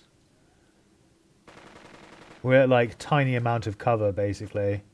It's not very clear. You think it would just like be up here somewhere. There'd be like a window up here showing their number of orders, their amount of morale, and the amount of cover we have when you select the squad, rather than having it not highlighted, but see-through, transparent is the word I'm looking for, transparently displayed here, where it's really difficult to actually see. But yeah, it looks like we're in light cover there. So anyway, we're meant to shoot this squad. Bolster to improve. Well, do we have a sold? We don't. We've got this guy down here. Can I use him to bolster? Probably not. All right, let's just do what the tutorial says. Let's shoot the enemy. You signal Sergeant Grant across the way. He replies with equal vigor and gets the other squad into position. A glance through your binoculares reveals Private Roberts as the soldier squints through the circular iron sights at a distant target.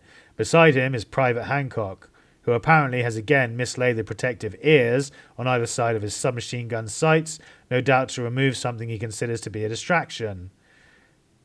Okay. Do a little shooting myself. Eventually gain 1 XP. Remember to ask Hancock about his weapon later. Later option. Keep my weapon slung. Okay, so I can either shoot to gain some XP, or I can keep my weapon slung to gain trust. Let's go with the trust. Officers are more than foot soldiers. Trying to be one is a bad trade. That is probably it for the rifle work, Sergeant Bennett says, as the referees make their calculations. But we could give them a taste of 30 cal instead. Same rounds, but lots more of them. If we had permission to use a radio. No radios are available. However, we do have the flags. The umpire waves at a set of flags marked radio. You could always send a runner, of course. Slower, but more reliable if they don't get shot. Should have opened fire with the MG first. Yeah, well, it didn't tell me to do that, did it? The rifles did some work. The machine gun can do more. What I really want to employ is the mortar. Yeah, we'll go with that. There is no counter to artillery, not when the shells get lobbed at range, but the umpire didn't want that, so it didn't happen, yeah.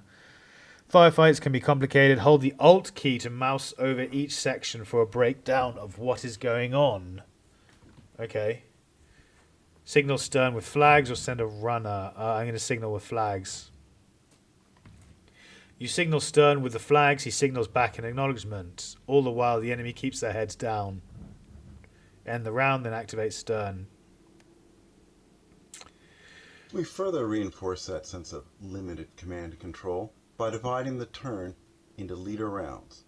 If it's your leader round, you only get to lead your men, and you don't get to lead them during stern's leader round. Game turn structure, allied leader round, axis leader round. Repeat above cycle until allied player passes, axis player passes. End of turn. Okay. Note, squads activated in previous leader rounds may still be ordered to do actions in subsequent leader rounds. Burden of command is more like chess than many board games where an entire side moves and or acts before the opponent can respond. Grognards might also refer to a system of impulses that better simulates the back and forth nature of warfare. As always, the enemy gets to say about getting in the way. Okay. To get the heavy weapons involved, you'll have to switch leaders by ending the round. The enemy will then have a chance to react by taking their own round, but that can't be helped right now. Stern confirms the message. The umpire marks his clipboard. You can always see who is leading. Ah, I see, okay. In just a little bit, the real star of this show will become the machine guns. Those can spit out a lot of firepower under Stern's command. If a leader is leading, that will be indicated. If no one is yet leading, then that will be indicated too. Coordination takes time, Sergeant Bennett says, as the two of you watch Stern's men set up shop. No way around that, even if he had real radios. Even if we had real radios. So players round, enemy round, Stern's round, enemies round, players round. Generally only one platoon leader can be leading at a given time. The captain is an exception to that, but that will be covered in the next scenario because we are doing a simplified set of rounds. Okay. Player activates at least one squad under his command. His squads need not expend all of their orders. Stern activates at least one squad. Player's squad may activate again. That end toward the enemy. Okay, end the round. Generally, only one platoon leader can be leading at a time. The space bar is the hotkey to end the round. After the enemy has their turn, have Stern open fire with the machine gun. Machine guns have a longer range than rifles, and unlike rifle squads, can fire multiple times for one order each. However, movement costs a machine gun squad 2 orders. You could activate this squad, but do not do so yet. Okay, end the round. Okay. End the round to utilize other platoons. Having more than one platoon is good, but you will have to let the enemy take a turn to swap between platoon activations. Okay, makes sense. Open fire with the machine gunners. So you bolster them. Bolster the machine gunners. Get the 30 cal ready. And then now open fire. That's a sound to hear and fear, especially since the machine gun is firing at the enemy beyond the effective range of their rifles, Sergeant Bennett declares. And that's before they get a taste of the mortar. Nearby, the field umpire checks his watch. Everything is timed, directness +1. The umpires are more persistent than subtle, directness -1, sorry. Get on with it. I can't remember how directness affects, so I'm just going to get on with it. That was a lot of firepower, worth the weight of carrying it forward, Sergeant Bennett says, but if we really want to make them huddle and puddle in their boots, we'll need the mortars. Lieutenant Stern will spot the fall of his unit's mortar rounds from his location, the umpire indicates. That is the only way to ensure accuracy. A leader can direct artillery from his position. Support assets, US mortar, 3rd squad. Okay. The mortars don't need to be able to see the enemy directly to lob shells at them. They just need Stern to be in a position to spot the fall of the rounds. The mortars could sit safely on the reverse slope of a hill and still contribute to the battle. In fact, that is the way they prefer to conduct themselves, of course. That makes perfect sense because then they're out of range of the enemy, they're behind cover and can't be seen, and they can't be targeted at all, whereas they can fire. That's how you always want to engage an enemy. Finally, right-click to mortar this enemy. Left-click to spot for the mortars. Left-click on Stern. Okay, so Stern is now selected. Then left-click this to spot for mortars. And then 60mm mortars. Pick a support asset, 60mm mortars. And then finally right-click on this to mortar the enemy.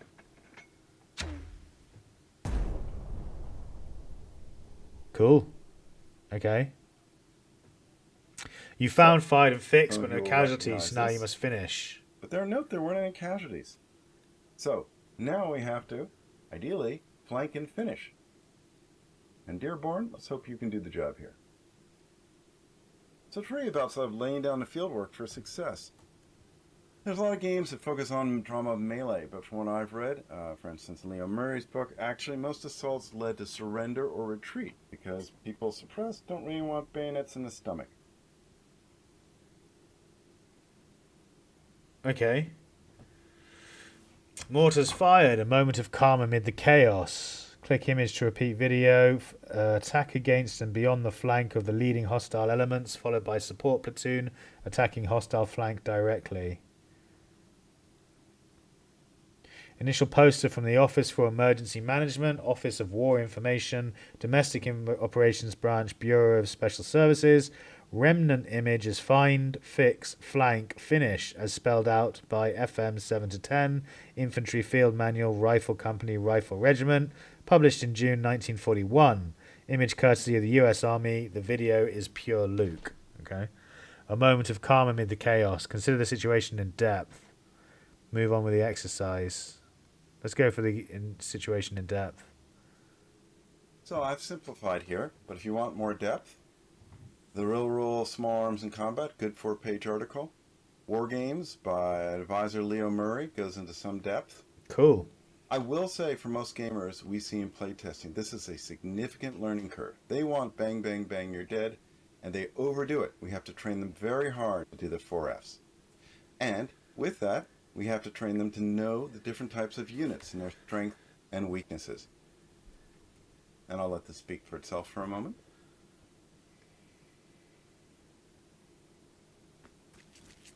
Kind of your all-around guys. Notice they're getting into flanking position. Remember, 4Fs. This is our maneuver element.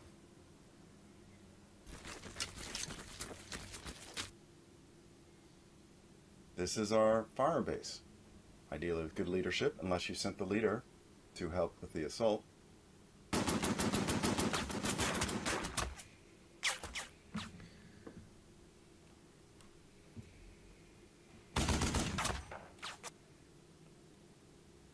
And you can move the machine gun, but then if you do that, they won't be able to fire, right? It's a trade-off.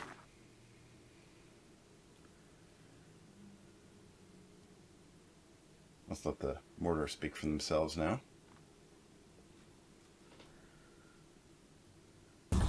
Notice there was a line of sight blockage with the trees. but the spotter helped you. We model spotting. So your leader may creep up and direct indirect fire from behind the hill. It's combined arms to do the 4Fs. Can't miss a patent quote when you have the chance. The Army employs field manuals for field problems, and they have revised those recently. Okay. There we go, Lieutenant. Sergeant Bennett says as the moment of calm fades. There ain't nothing a soldier can do about a shell that has his name on it. That's true. However, the squad isn't considered dead, merely pinned, the field umpire notes. And they'll stay that way unless you execute an assault to either take prisoners or force the enemy to retreat. Bang, bang, bang will not take positions or prisoners. A squad will just hunker down behind cover and wait things out. That is why you'll need to make an assault. I'm on it. Makes perfect sense. A revealed enemy threatens these orange outline hexes. They could perform opportunity fire on units moving through them. Orange outline hexes can be targeted by known enemies with opportunity fire. Unknown enemies hidden elsewhere might still be able to fire as well. Your men just will not know it in advance. Okay. These hexes are quote-unquote safe, but unrevealed enemies could still be out there. Gotcha. Let's take them in the flank, Sergeant Bennett says. No one fights hard if you hit them in the kidneys from the get-go. And if we can stay out of their sight, so much the better. When Stern ceases fire, you will attempt exactly that. Make an assault. The odds of successfully initiating an assault can vary greatly. Even a moderately suppressed squad will almost never be able to manage it.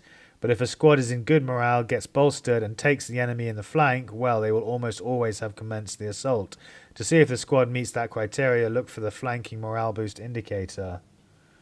The battlefield can become cluttered with messages and indicators. Yeah, you don't say.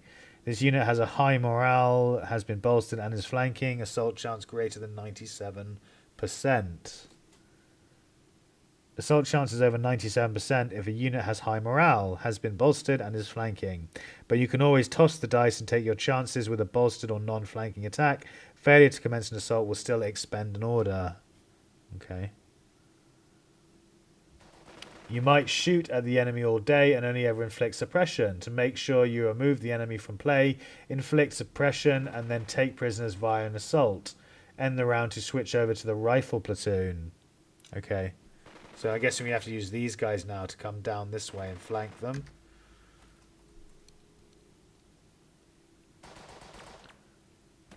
Select a squad, 2 bolster same, 3 assault. Assaults require high morale and good timing. Once you have switched back to first platoon, select the squad via left click. Remember to use waypoints via control right click. Okay, that's how you do waypoints, control right click.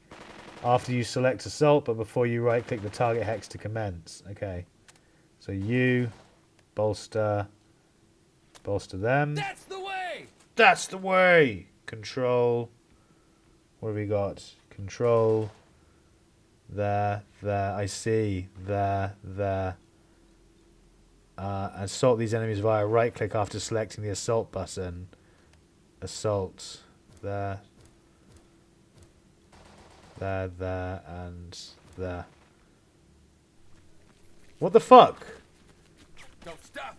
What the fuck? I said I fucking controlled down here. Oh, well done, soldiers. Good fucking job. Listen to orders, why don't you? I used the control system and they just ran down the road for some fucking reason. I don't know why.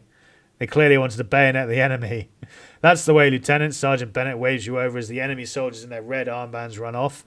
It'll be harder overseas, but we've got the method down here. Behind him, the field umpire ticks another box in his clipboard. Plenty of cold steel is in store for the enemy as Private James H. Walker, John H. Fisher, Charles Sandak, John Hotari, Corporal Frank Zvolensky, and Private Peter Brodish form a ring of steel. Yes. Another enemy squad has been sighted, the field umpire notes. They were attempting to reinforce the objective and now have begun a counter-attack. You must deal with them. This green donut shows an approximately 70% chance to initiate an assault. Note, initiate, not win. Winning depends on other factors. The green donut will also appear yellow for lower odds of initiating an assault, or even red in dire circumstances. Extra time added. Yes, the field umpire replies. 5 more minutes. Whistles blow. The exercise resumes at once. Okay, there's a new enemy here. The little green eye icon indicates that one of your squads is still undetected by an enemy you can see. Some of their units might also be undetected by your squads. A green eye icon denotes this on a given unit of either side. The fog of war cuts both ways. Okay, so this unit can't be seen. This unit has been seen. These haven't been seen, and these haven't been seen. And there's a squad here, is there? Okay, so... group not selected, not fresh and spent together. Okay, so I can't... So the lieutenant's been spent on this squad, so I think I'll just leave them there. Could move them into the woods, but that might... These guys might spot them if they're next to them in the woods. And the plus that'll leave my lieutenant out there by himself. So I'm going to end the turn, end the round, and get to these guys and then get them to open fire. Right, now you can open fire. You can bolster them again. And now you can open fire. Why can you not open fire? Move forward needs 2 orders. You only have 1. I don't want to move forward. I want to shoot them. Oh, what? Because I can't see them. Ah, maybe I should have moved them forward. Then I could sight them. I thought you could fire on a hex regardless of whether or not you could see an enemy. And this is in line of sight. So why can't I use the machine gun just to open fire on this patch of woodland where I know the enemy is? Oh, well. Whatever. Let's end the turn. See what happens. The field umpire makes another note on his clipboard. Great exercise so far, huh, Lieutenant? The Sergeant Bennett asks, pitching his voice up to be heard by the field umpire. The lessons learned from the extended exercise will help us save lives over there. Ah, the rare valid point, the field umpire remarks, before you can put in a word. Proceed. There we go. Now we can see them. New enemy, take them out. Okay. These guys need to be rallied, but my lieutenant is too far away. Assault the enemy. A new enemy has appeared. To deal with them, you may need to pass the round until a new turn refreshes your orders. Grey orders are spent. Green orders are available. Okay.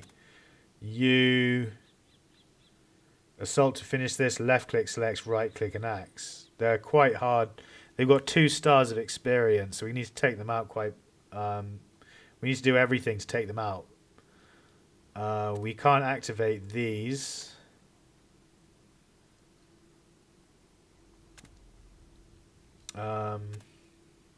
we could move them into here. That's like enemy territory, so let's move them there. Yeah, heroes of the free fucking world here. Oh no, I see. Okay, so they're going to fire if I move into there. So don't do that. You can bolster these guys.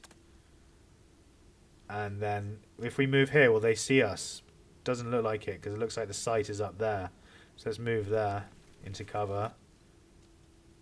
New enemy, take them out. They're cowering. They're flanked. Can we assault? No, they're steady. Flanking morale boost. It won't go well. Instead of doing that, let's just move behind them. Let's just move directly behind them. And get ready to flank them properly from behind. Now we'll end the turn and get the machine gunners to open fire on them.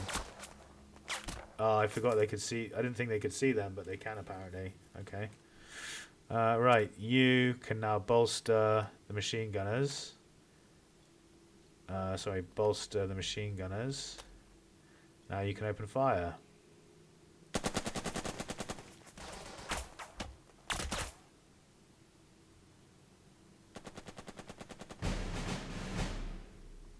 Do it again.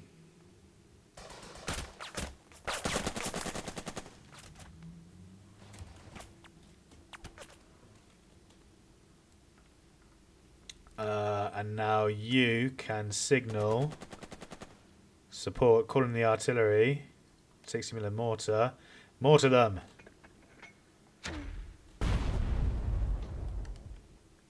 Okay, so that's these guys completely used now.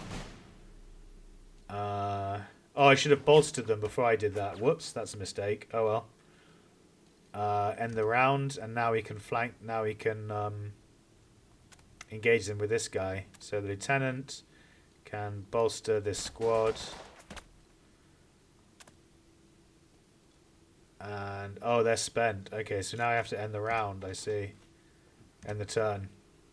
Turns left 2. The field umpire makes yet another note on his clipboard. That other enemy squad is still out there. We'd better use everything we've got on the enemy before we make an assault. Sergeant Bennett remarks. Rifles, machine guns, mortars, and some harsh language for the men to hear before we fix bayonets and go in. Yeah, it does like to over-explain everything, doesn't it? Assault. Control right-click to select a specific path for a moving or assaulting unit. Bolster, then assault the enemy with a rifle squad wherever you find them. Yeah, so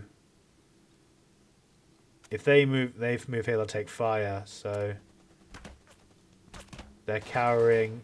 We can bolster and then assault now, I guess. Already bolstered. Oh, okay, they're already bolstered. So assault. And assault them should work. Win initiative chance. Press the Alt key while moving here for pop-up help. Alt. Well, it just shows you the same thing. Okay. Let's just try it, see what happens. Okay. Take that position. The other squad is taken prisoner. No running off this time. Whistles blow. Now the exercise is truly over. The field umpire signals for you and Bennett to approach. What? Why is it a draw? Whatever, game. What the fuck? Okay. No one out of action, sir. Continue with the story, game save. Ready for the next narrative. Start any next narrative. You won't be able to save again until that finishes, or exit before the story continues.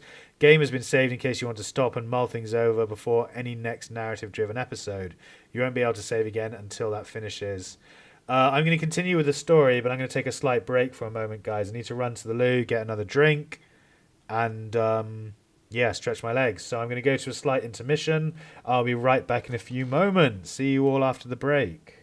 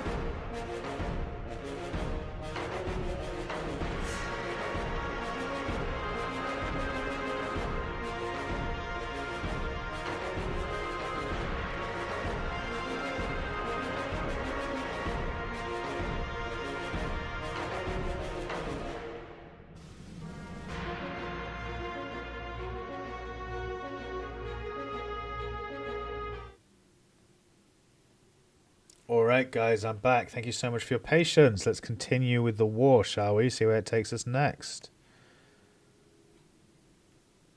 Being a strong leader also meant being able to rely on others to help get the job done.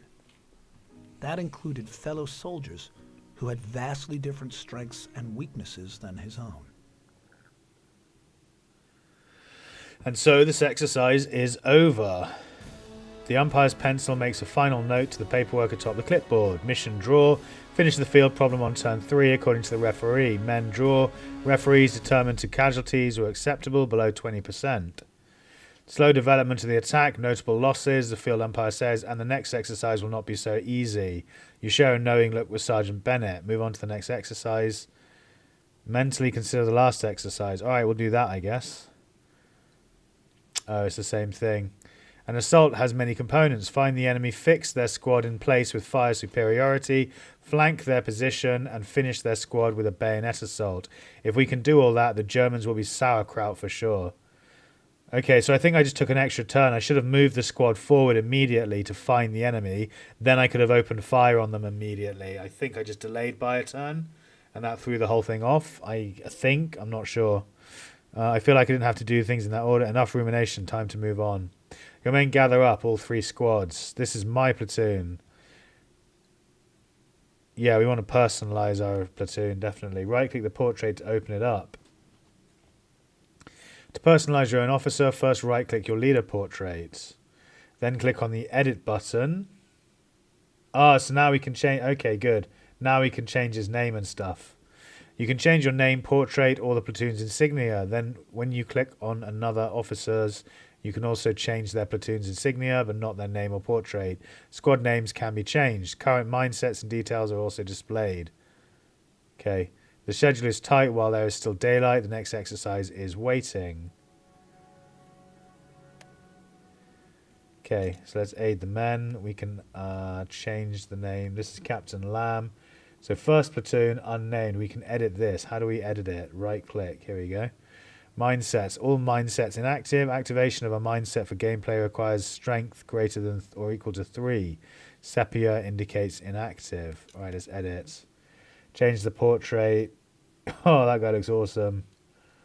Him and him. No, we'll go for the guy with a cigar in his mouth. We're going to change his name to Caesar. Can we change the insignia?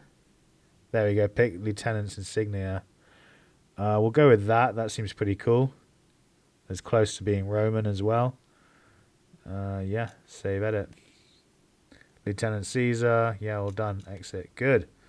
Okay, we've got 15 prestige and 14 loyalty. So this is what? Trust earned. Typically earned in combat, a leader that leads from the front, puts his own ass on the line, will inspire more trust than one who stays back. Mechanically, this happens when a leader is with a unit in a firefight. More effective action in a firefight earns more trust. In other words, share risks with the men, but be effective at doing it. Yeah. Time spent with the men outside battle can also build trust. Okay. So loyalty is 37. Oh no, loyalty is 10. Oh no, it costs 10 loyalty to upgrade the trust that they have. Okay. We've got 14 loyalty. That's first platoon. First squad, first platoon. Oh, that's the lieutenant. So first squad, first platoon. Second squad, first platoon.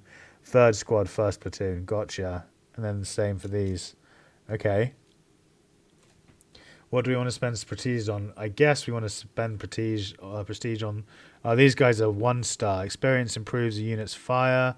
Well, that's useless. Half the fucking box is off the screen. Can we read it here? Yeah, each existing casualty reduces morale by 1. No, that's not what I wanted to read. Experience, that's what I wanted to read. Experience improves a unit's fire, movement, and morale checks. It also increases the likelihood of undaunted. So that's its experience. So I guess we want to spend it upgrading the machine gun. Or just the first squad. I'm not really sure, to be honest.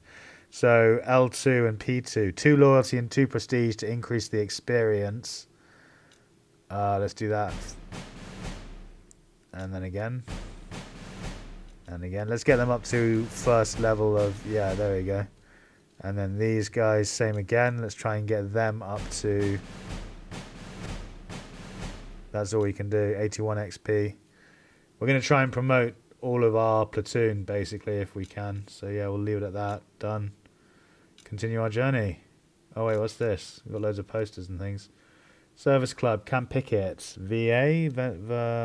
Virginia? No, I don't know. Don't know. Story of a battle. Scrollable, zoomable. Click to dismiss. It's not scrollable, it's not zoomable as far as I can see. There's no way to zoom, there's no way to scroll. My mouse isn't doing anything, all I can do is click off it, whatever. Is that someone making what? Not sure.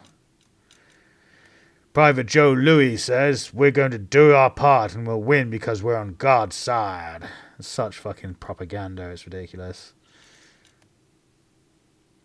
A formation with squads echeloned to the right or left rear may be used to protect an exposed flank and permits maximum fire to be delivered promptly toward that flank.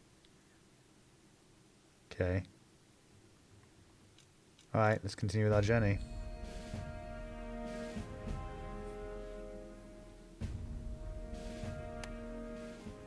Looks really good so far. Wishlisted, thanks, says Genghis Dan. No worries, my friend, no worries.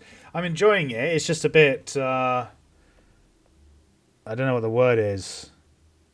It's... maybe overwhelming is the right word. There's a lot to take in, and the way they've done the tutorial with these videos is really strange. It's really surreal, when to be honest. we left Fort Leonard Wood, nobody knew where they were going. I mean, they just loaded us on the train, and in fact, we didn't know where we were going until we got close to somebody, how it got out, but somebody said we were going to Camp Pickett, Virginia. Yeah, so VA was Virginia, okay. Your men trudge down the road toward the next training site. A jeep comes the other way, burdened with big green army bags, mail bags. Think that's our mail, Lieutenant? Sergeant Bennett asks. Given how the jeep practically overflows with cargo, some of it has to be for Nickel Company. There could be something from my parents. Who you left behind, said to parents. Could be something from my wife. Could be something from my sweetheart. Let's go with the sweetheart. We're quite young. I don't know if we'll be married yet.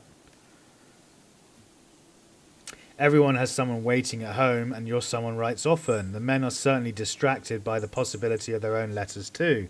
Sergeant Grant glances between Bennett and yourself, clearly eager for orders. No bail bags for us. Keep us marching. -1 loyalty, +2 prestige. Okay, flag down the jeep. Grab the mail for later. Loyalty 2, prestige 1. Double time march. Trust -10, prestige +2. Or flag down the jeep. Schedule a break. Trust +20. Prestige -1. Trust, we're going to do that. That seems like the most beneficial option.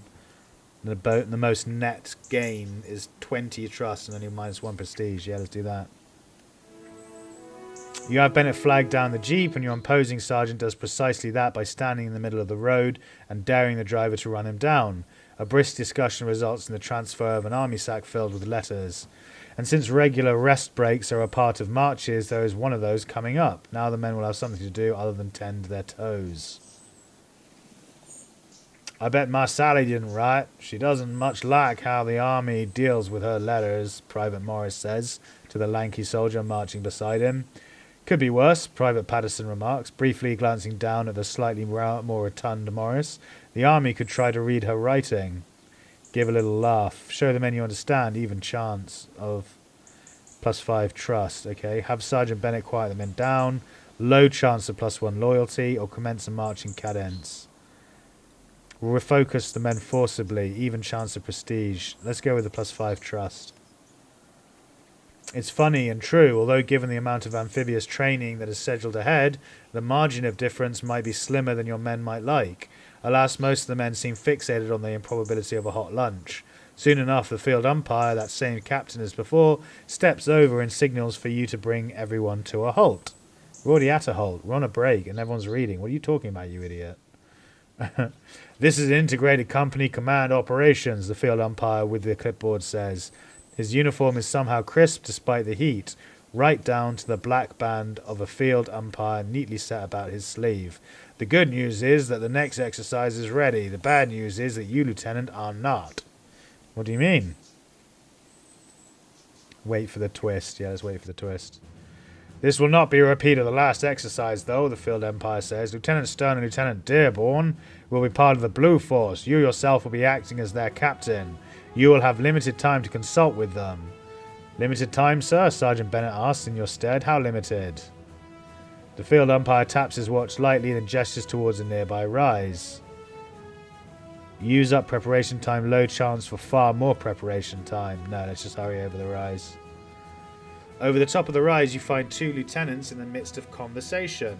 Stern paces about, kicking pine cones up with every step. Across from him is a man of bearing, tall without needing height, his hands clasped lightly behind him. Lieutenant Dearborn. Ah, Lieutenant, Lieutenant Dearborn says as he turns to you. We were just discussing strategies while we wait upon the captain. I'm the captain for this field problem. Stern will eventually gain 4 trust. Dearborn will eventually gain 4 trust. We'll go with Stern. He's the machine gunner. Okay, Lieutenant Stern says without the slightest pause. Dearborn says nothing, but upon finding your gaze upon him, he tenders over a little nod of understanding at the situation. What do we know about the enemy? A reinforced platoon from Red Force, Dearborn says. At least 1 machine gun. I didn't hear anything about that in the briefing, Lieutenant Stern says. A very brief briefing. An umpire may have mentioned it in passing, Lieutenant Dearborn replies. What kinds of tricks do the refs have for us? The Red Force isn't entirely in the buildings, unlike last time, Stern says. They're spread out. Onto the flanks, likely as not, Dearborn adds. They would guard the obvious approach to our objectives. A warning whistle blows in the distance. The red flag goes up from the nearby radio men. The exercise is shortly to begin. For now, I am the captain. Fuck me. Become the captain. Let's get to it, Captain, Sergeant Bennett says. A captain is a wild card for orders. He can activate any unit in his company, regardless of the active leader, by using the Take Command button. Furthermore, a captain can bolster, press, and rally any squad in his company that is merely adjacent to him.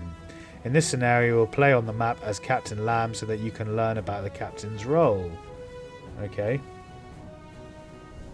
Chain of command is the captain, then first platoon leader, second platoon leader, third platoon leader, and weapons platoon leader. And then an officer in a squad's chain of command must expend in order to activate that squad. Different squads, different icons, okay? Once activated, a unit may spend its orders without requiring an officer until the round ends. Yeah, we know that. A captain provides flexibility with orders. A captain can allow 1 platoon to really push. Captain can command adjacent units. We'll go with 2, I suppose. Become the captain. A lieutenant might not have enough orders to bolster, press, or rally his squads. The captain can do all of that too, and from an adjacent hex that he does not get in the lieutenant's way. An ordinary leader must be stacked with the combat unit in order to bolster, press, or rally. Yeah. A captain can be adjacent to or stacked with the combat unit to press, bolster, or rally. Yeah, gotcha. You may think tactical leadership is all about leading men in combat, difficult moral decisions. But frankly, a lot of it's about coordination, or what the military calls command and control. Wouldn't be a credible leadership RPG without some of that. And you've got some problems, LT. Look at you. You're inexperienced. You've got 4 orders to run 3 squads. Contrast the captain. He's got 5 stars. He's got 6 orders to run. Wouldn't it be nice if you had that? Yes. Maybe someday you will. Now, you're running a platoon. You're not running Stern's weapon platoon. You're running your 3 squads. And the interface reinforces your spotting them. There are ovals for your platoon. They're also over here. And you have an insignia for your particular platoon. You're reminiscent of the Cottonbalers insignia. And by the way, you can customize that. Okay. A whistle is blown.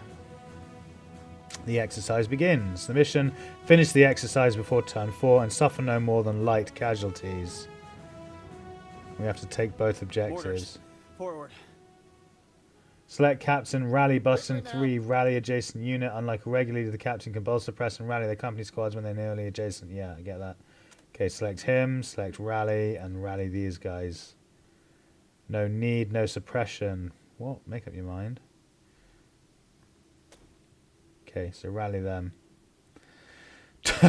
Great picture. Private Leo Kainka takes the time to smell the flowers. Mojave Desert, California.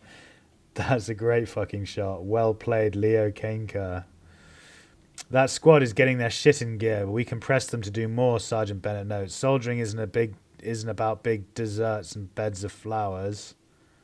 Press the men into action. Together, you and Bennett get the men moving again. There is no time to rest, not yet. The press order will expend one leader's order, but then refresh a single order for a squad. This is most often used when the squad is in a bad position, but is also spent and can't act. The squad becomes tired and can't be pressed again until it is rested, either via a rally or the rest command. Restores one order to a non-leader unit. A non-leader unit cannot be pressed again. Yeah, okay. Gotcha. Okay, so this can be pressed now because it's used all its orders. So yeah, we'll go with press. And then press that. So now they gain one order. Okay. There's another reason we do lead around. To emphasize another coordination problem. Namely, coordinating your company of 4 distinct platoons, independently led. That's not easy. And so the rounds force you to choose what platoon is doing what. And there's a last reason. The military likes to say, the enemy gets a vote. Meaning, they're not going to sit quietly while you do all the wonderful things you'd like to do. They might want to do things that interrupt your plan. Kind of like happens in chess. You get a move, they get a move. The umpire writes something in a small box, then initials it. Nothing like a few sharp words from a sergeant to get the squad moving again, Sergeant Bennett remarks once the excitement ceases. Now we need them to lay down some fire to see whether the enemy is hiding over there. Order recon by fire. Send a messenger to Dearborn, Sergeant Bennett asks. It's his men and you'll probably have other things to take care of shortly. No comment, the field umpire notes, except to say that a captain's time is valuable, which is why you have subordinates that can act in tandem with. Dearborn's round, enemies round, Stern's round, enemies round, Dearborn's round. Okay. Dearborn activates at least one squad under his command. These squads need to not expend all their orders.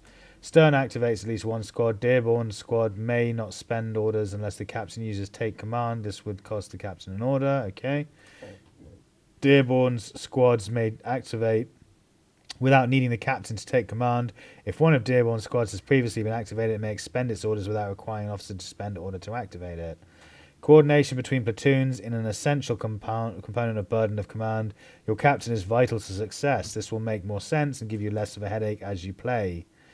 This tutorial is giving me a headache, I've got to be honest. The captain is your wild card for orders. He gives you flexibility in the otherwise rigid chain of command. He's right, Dearborn can handle this. The captain can act in tandem with the subordinates. If only Stern were in a better position. Captain can act in tandem with the subordinates, we'll go with that. A captain can expend orders to supplement a platoon's action without having to pass the round.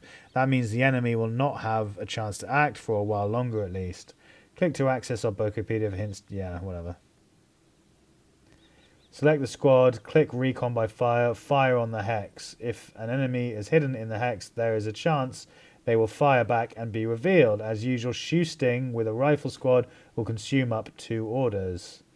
I thought it was a machine gun that cost 2. Rifle costs 1. Finally, recon by fire here. Okay. So use this squad. Left click the recon by fire button, then right click the hex.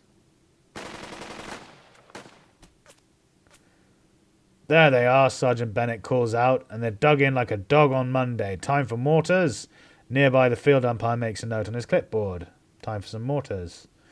Quick wave of flags gets Stern's attention. It is now a question of targets.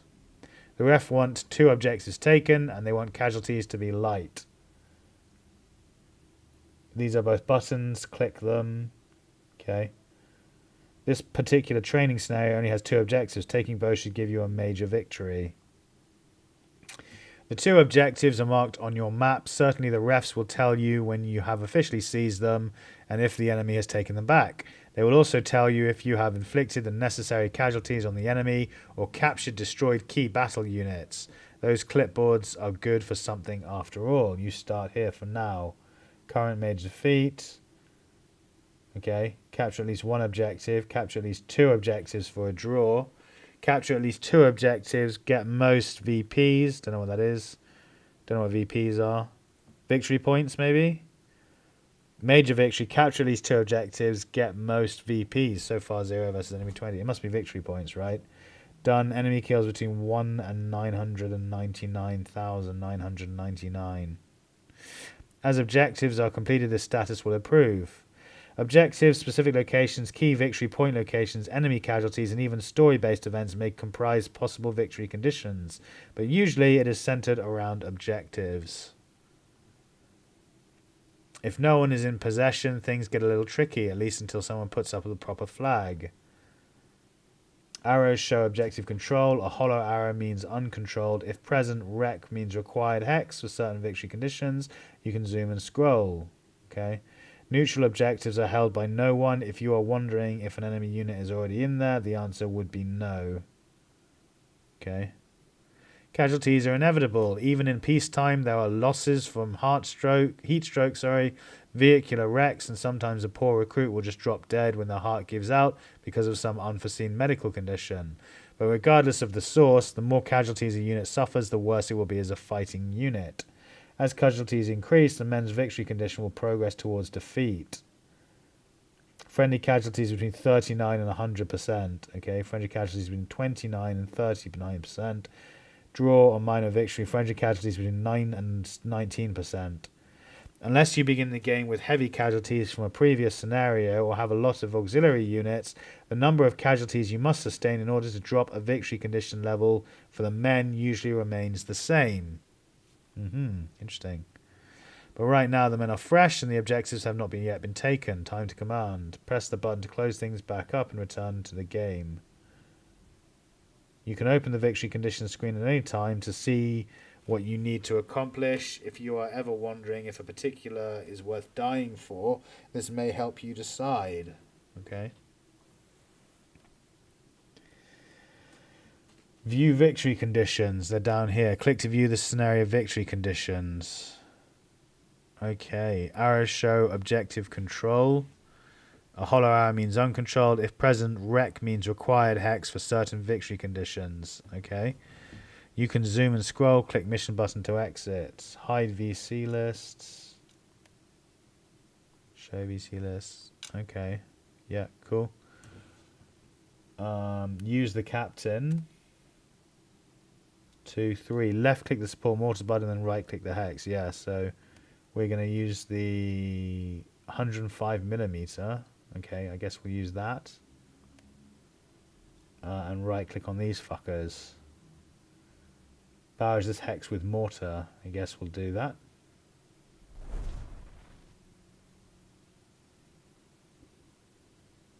Flags go up. The enemy over there registers the hits. You have unleashed the 105s instead of the mortars, the umpire indicates. I will recommend remedial artillery identification for you. Now then, you still have mortars available to you. Proceed to the overlook position and act as a spotter for those lighter rounds. Oh, I guess we did the wrong mortars then or something. The captain can see all of this, which means he can call in artillery on all this. Yeah, that makes sense. A spotter can call in artillery anywhere they can see, not simply where the artillery itself can see. Yeah, that makes sense. The exercise continues as you hurry up the hill. Move the captain here. Okay. Mission complete. 105 withdrawn. Okay. Move him up the hill. Oh, I went through the open, didn't I? Fuck's sake. Field umpire. Dreaded clipboard included this time. This image was taken. Yeah. Under threat in the open. Damn it, not again. Should have seen it coming. Right, waypoints. Yeah, whatever, waypoints. Blam, the field umpire calls out. Officer needed in the open means a sniper opportunity. Given that we do not wish to terminate the exercise, the efforts of Lieutenant Einstein may continue. Artillery support coordination is next. The target is that house down there. This is what I mean. It tells you to do something, but it misses stuff out. So let's see some of these leadership problems of command and control in practice. We've got an assault situation. We're hoping to take out these Germans here. Make it a little clearer. Let's turn on bases. And why don't I bring down one of my squads? Notice up here it's indicating it's going to be my round because I'm doing something. So it's committed to moving my platoon. Now I can move everybody now, but I want to emphasize you don't have to do everything at once. Let's just say I want to pass to see what the enemy does. So I do. Luckily they're pretty passive. I'm going to creep these guys up I'm going to use hotkeys to make this faster. Now I feel in a pretty good position for an assault, but unfortunately it's my round, so I can't really start firing astern. Let's pass, remember? Leadership rounds, command and control. It's so fucking pompous, to be honest. The way they've done the tutorial is really fucking stupid. So it holds your hand like babies you through the really obvious stuff and then misses certain stuff out. So 1 minute you're being coddled and told exactly how to do something over and over and over again, and then next it like tells you to do something but misses out certain steps, and you don't know that you're not being coddled anymore, so suddenly you're walking out into the open when you're supposed to have used waypoints. It's really fucking irritating, to be honest, the way they've done the tutorial. You can see a lot from up here. Yeah, I know. And these videos are so obnoxious. He's talking, you're reading down here, and reading stuff in the video.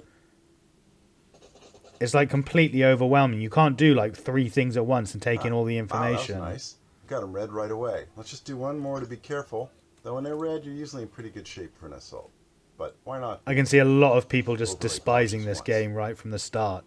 The tutorial's taken us 2.5 hours to get through. It's pompous. Who's going to rally them? He loves the sound of his own voice, and he's made it really confusing and shit, frankly. The tutorial is just absolute shit. Ah, this is where your ace in the hole comes in. Your captain. I'm so looking forward to getting this tutorial finished. I could have worked this out all myself without his confusing, weird shit video tutorial, holding your hand, coddling you 1 minute, and then dropping stuff and leaving other things out the next. Right, the field umpire taps his pencil against his clipboard as you get into position. Here we go, Sergeant Bennett says. A sniper-free view of the battlefield, not perfect, but take a look at the house down there. The enemy is almost certainly inside.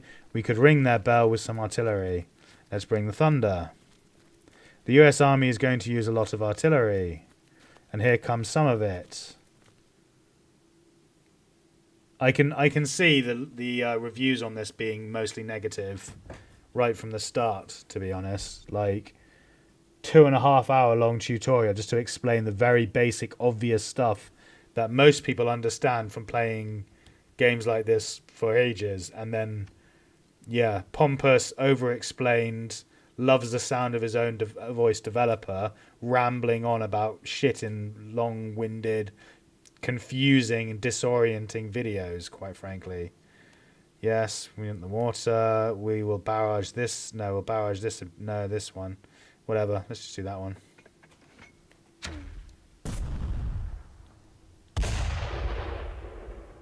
Flags go up. The exercise is paused as the refs check your numbers, then verify things with their rangefinder. Eventually, they agree that the mortars were effective. That's the math then, the Sergeant Bennett says to you. Survey the hammered target. They look suppressed, so let's follow up on those buildings before they can recover. It's just telling me the same shit over and over and over again. I fucking get it. Let's move on. Fucking hell. You may never know the exact level of the enemy morale, but you can tell whether it's high or low. Discerning enemy capabilities is a key point of the exercise, field umpire remarks, and idly taps his clipboard. However, there's another small matter. Yeah, whatever. What is it? We're going to go sarcasm -1. What is it, sir? Unit has 6 different possible facings, 1 for each hex side. Yes, you get facing in it. Fucking hell. A leader will automatically align itself with a facing the combat unit when it enters the combat unit's hex. A hex has 6 sides. A unit will face one of these, and that will determine their firing arc, flanks, and rear. The umpire gestures down the hill at where a team of Stearns machine gunners have positioned the big wooden log that represents their Browning 30 caliber. Trouble is, the weapon has a blind side in regards to the southern objective. Send a runner. No, wait for the umpire to say the words. Yell down. We'll wait for him to say the words. Send a runner, Lieutenant, the umpire says. Exercise your authority over there. Okay, so flank applies to diagonals on its rear as well. Gotcha. So select this unit via take command to change its facing. That one. That one. Right click on a hex outside its zone. We want it to face this way. What? 1. Select this unit via take command to change its facing. So select this unit. Oh, take command. Change its facing. Face that way. There we go. Stern's gunners swiftly reposition their wooden log to cover more of the battlefield. That will have to do, the field umpire remarks. Lieutenant Captain, you may, as they say, fire when ready. Captain Lamb here can do a couple of things. First, he's going to take this squad. You notice it's spent, and he's going to revive it. He's going to press it, give it an order. Notice he can do this even though it's your round, because he's the captain. He's going to bolster. I bet you can see where I'm headed So now. fucking And pompous. let's do the assault. Notice I get to do my assault during my round. He's even saying incorrect stuff, and which they're fucking correcting in the video with dialogue. This fucking developer loves sucking his own dick. Ha. I use the captain to glue my company together, to coordinate my weapons platoon with my infantry platoon. So, use your orders carefully. Place your leadership appropriately. Manage command and control. Command and control on the battlefield is hard. That's why you've got the burden of command. Yeah, this developer loves sucking his own dick and is doing it wrong half the time. It's fucking hilarious. Yes, the exercise will commence. I fucking hope so. Let's get on with it and finish this goddamn fucking tutorial. 2.5 hours of my life gone on something which I could have worked out in about 5 minutes if I didn't have to listen to this fucking moron sucking his own dick about the way he's made the game. Find the enemy, fix him into place by shooting. Flank the position so the enemy can't op-fire your men. Finish them with an assault. You must use a squad to take an objective. A leader alone will not do. Well, that makes perfect sense. You're not going to send one man in to assault a fucking platoon of 6 soldiers or 10 soldiers or whatever, even if they are suppressed. Right. Take these objectives. Am I free to play now? Can I actually play the fucking game? Can I do things the way I want to do them, or do I have to keep half following your handheld coddling instructions that miss out things randomly and expect me to know when I have to pick up the slack and when I have to follow your orders directly? Who's leading? This guy is. So this guy down here is leading, so it's his turn. These guys are a problem, so... Find the enemy, fix him into place by shooting, flank the position. How do I unselect them? Right, okay. Okay, so this guy's leading. These guys are what? Cowering?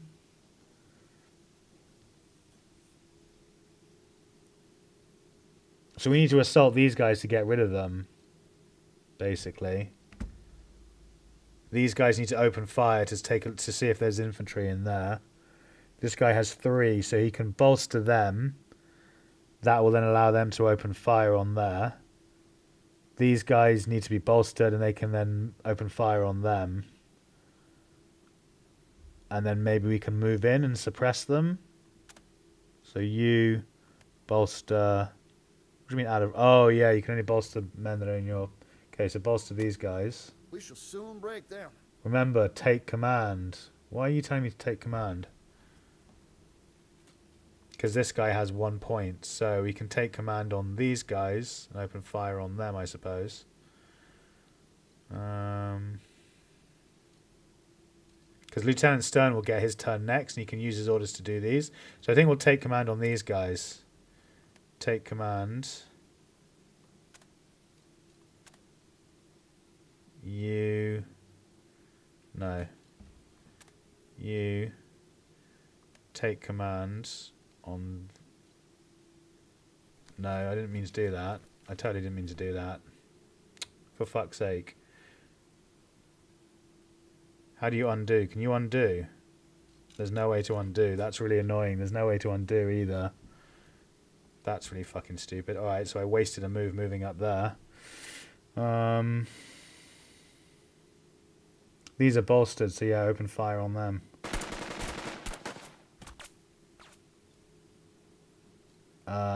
Why did it take 2 points? I thought it only took 1 point to fire. Shooting at an expressed enemy is unlikely to have any additional effect. They already have their heads down, and most times any assault will force the enemy to retreat or surrender. Yeah, I thought that... Okay, so we should have moved in immediately and tried assaulting them. Can you skip the tutorial and start the campaign? I don't think so. I think you have to go through all this bullshit just to play the campaign.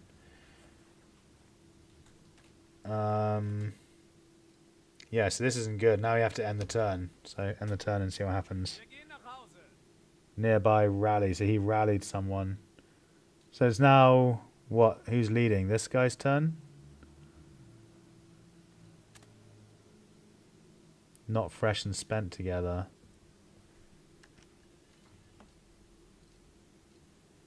Lieutenant Stern can bolster these guys. So why is he with the... He's with a 60mm mortar. I don't want that. I want him to move here. So move to here. Take command. Bolster them. No. Bolster them. Don't dig in. We're moving soon. Open fire on these guys.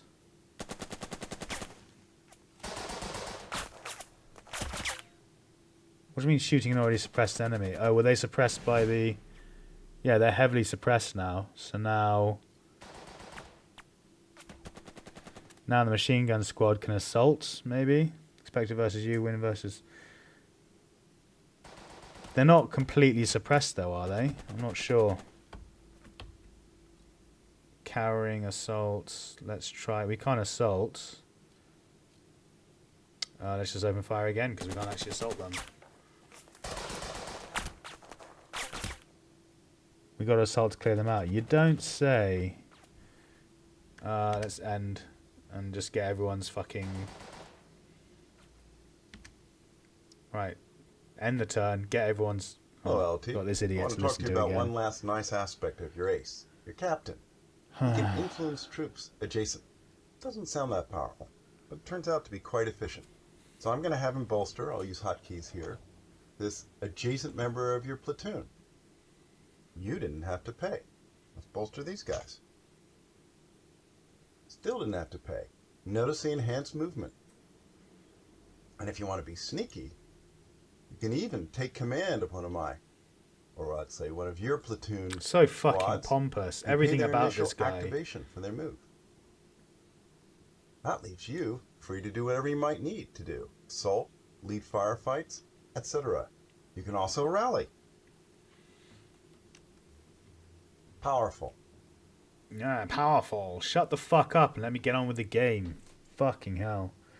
An ordinary leader must be stacked with a combat unit. Or, yeah, we already fucking know all that. Flags up, flags down. No one is quite sure what's going on. Yeah, because this tutorial is the most confusing, fucking arduous,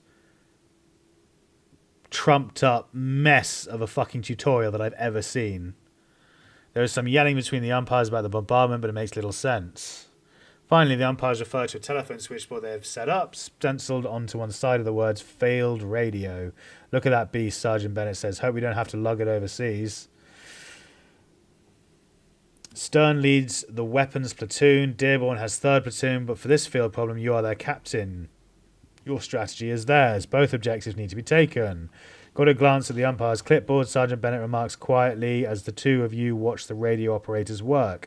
He's going to rank your personal performance. That means leading an assault, bolstering squads, rallying squads, pressing the men and shooting at the enemy. The whole smash. Okay, what's next, Captain? Sergeant Bennett asks as the two of you return your attention to the field. Seriously, fucking hell. Let me finish this goddamn tutorial. It's so shit. Assault the two objectives. Right, now I've actually got all my fucking points back, my orders back. I can actually do the assault. So take this objective. These guys, recon by fire button shows weapon range. So they can shoot at me everywhere there, okay. If I press Alt, this should show me something else. No, it doesn't. Why can the machine gunners not assault? Do they not have the option of assaulting? So apparently only these guys can assault. So that means we have to come down here, take these guys out first, then come around these guys, take out these guys next, then come up here and take out these guys. So there's no point in shooting at these guys yet. Okay, so you, Captain Lamb, bolster these fuckheads. Why can you not... No, just Captain Lamb. Bolster. Oh, he needs to be adjacent. So why did it work before? Oh, because he was down here, wasn't he, when he started down here. Okay. So both of you move to here. Hello? I said both of you move here. Oh, confirm, yeah. Add Captain Lamb. Both of you move to there. Yeah, wouldn't that be nice? Yeah, wouldn't that be nice? Right, now you bolster them. Come on! You open fire on these fuckheads. So they should be suppressed now. Now, Lieutenant Darhab, bolster these guys. Gentlemen, follow me. And then you assault them. So control click to here, and then right click flanking to flank them. We just crapped out, Sergeant Bennett says, as the refs roll their dice and decide that the assault wouldn't work. But maybe we can shift the odds back in our favour. To assault, use a high morale unit, and preferably bolster that squad prior to making an assault, if possible flank. I did all three of those things. No can do. I literally did all three of those things. They were fully suppressed. I used a fully morale squad. I bolstered them, and I moved down and flanked, and it didn't do fuck all. Okay, great. Now this squad by itself. Fuck it, let's just mortar them. Captain Lamb, use the mortar for support. Mortar these assholes.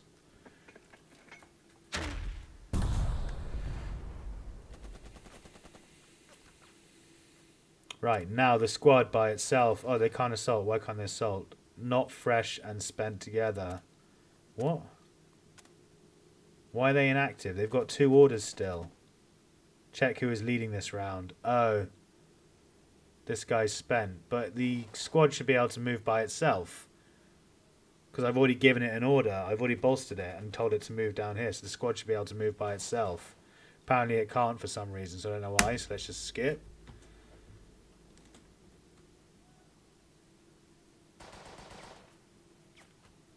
Okay, so now they fired on them with their turn. I guess. Now what's going on? This is a confusing fucking mess of a game. The fucking developer is just busy sucking his own dick rather than making a game that makes any sense or has any kind of like decent explanation as to what the fuck's going on the screen. Okay, so bolster the machine gunners. You know the drill. And now both of you fire on these guys. Don't move there. How do you fire? I just want you to fire on them.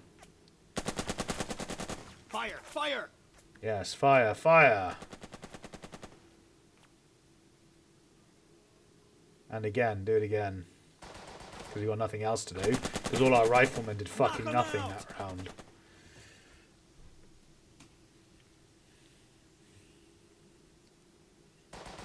Okay, end the turn.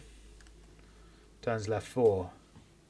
The nearby radio crackles. One of the refs cups a hand to his headphones and blows a shrill whistle. The exercise pauses. The field umpire steps towards you with his clipboard at his side. He points toward the south edge of the field where 10 soldiers emerge from a brush wearing blue armbands. Who are they? They look human. Sarcasm. No idea, sir. No, all my men are accounted for, so it must be the enemy then. Sarcasm -1. Are they? The field umpire asks and glances around. His dissatisfaction is quickly suppressed. Apparently so, but it is now your responsibility to get those men out of the exercise area. Guess they'll be Nickel Company men for a while. Sergeant Bennett removes the wandering squad. Okay. Activate this unit by taking command. And move them away from the training exercise. Why would I do that? Too far. Note low morale. Time to rally. So it's telling me, oh, for fuck's sake. So we have to rally them first. So it's not even giving me correct instructions. So what the fuck? How are we supposed to rally them when they're on the other side of the fucking map? Rally. He's not going to be able to rally that because he's out of range. By taking command. Units can always attempt to retreat toward a friendly map edge. If the enemy isn't available to shoot at them, then the movement will succeed despite the level of morale. What the fuck? T for take command. Take command. He's not doing anything. Alright, just move to there. Check who's leading this round. Maybe take command. How the fuck you, T, take command?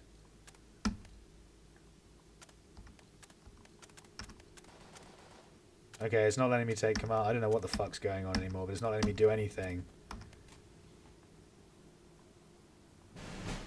Where's that truck? Okay, and then they just randomly moved here. Now move there.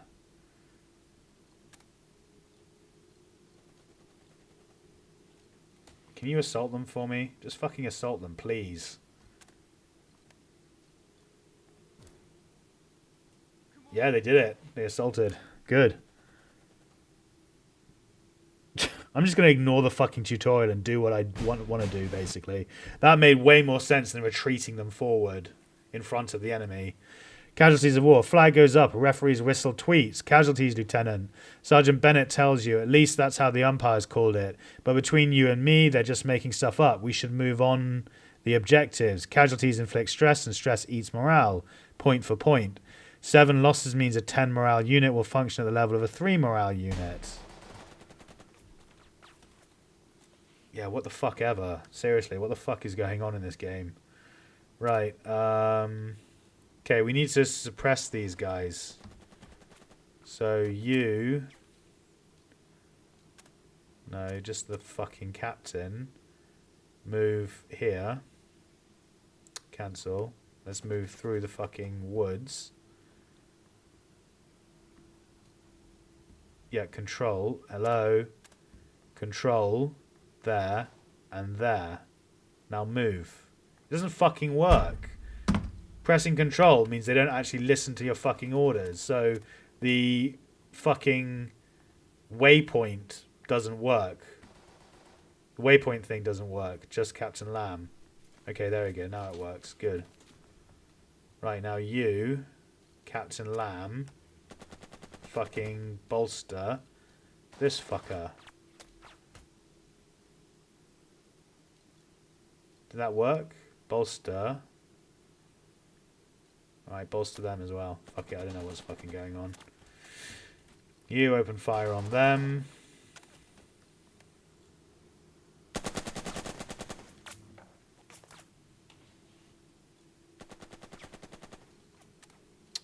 Lieutenant Stern can then do this on them. 6mm mortar them.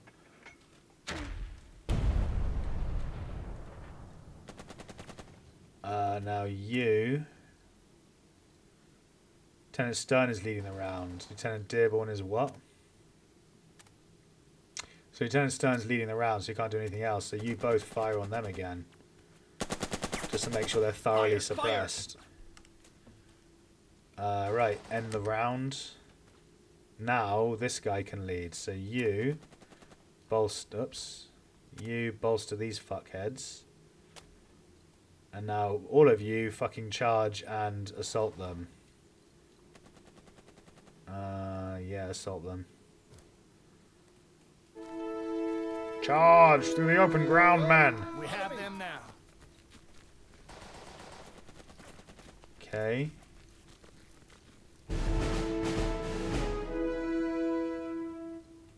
Okay, so that worked, apparently. Good.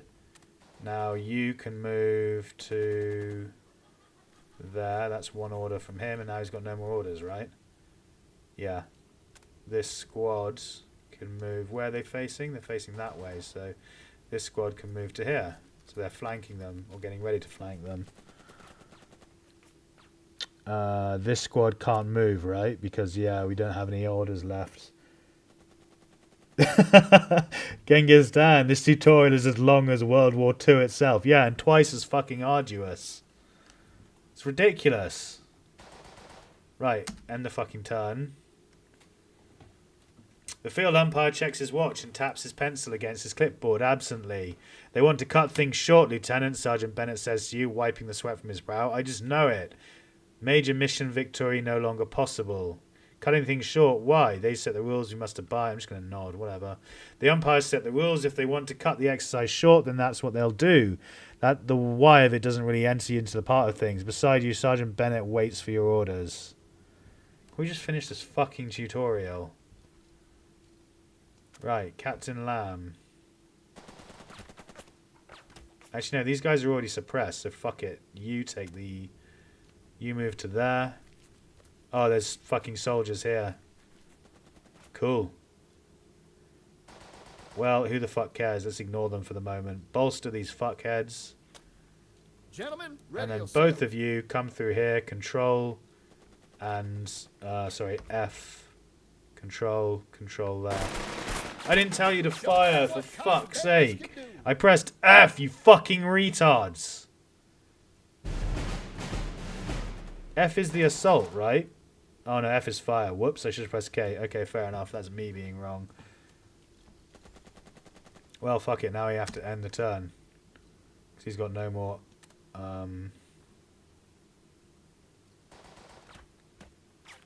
You move to here.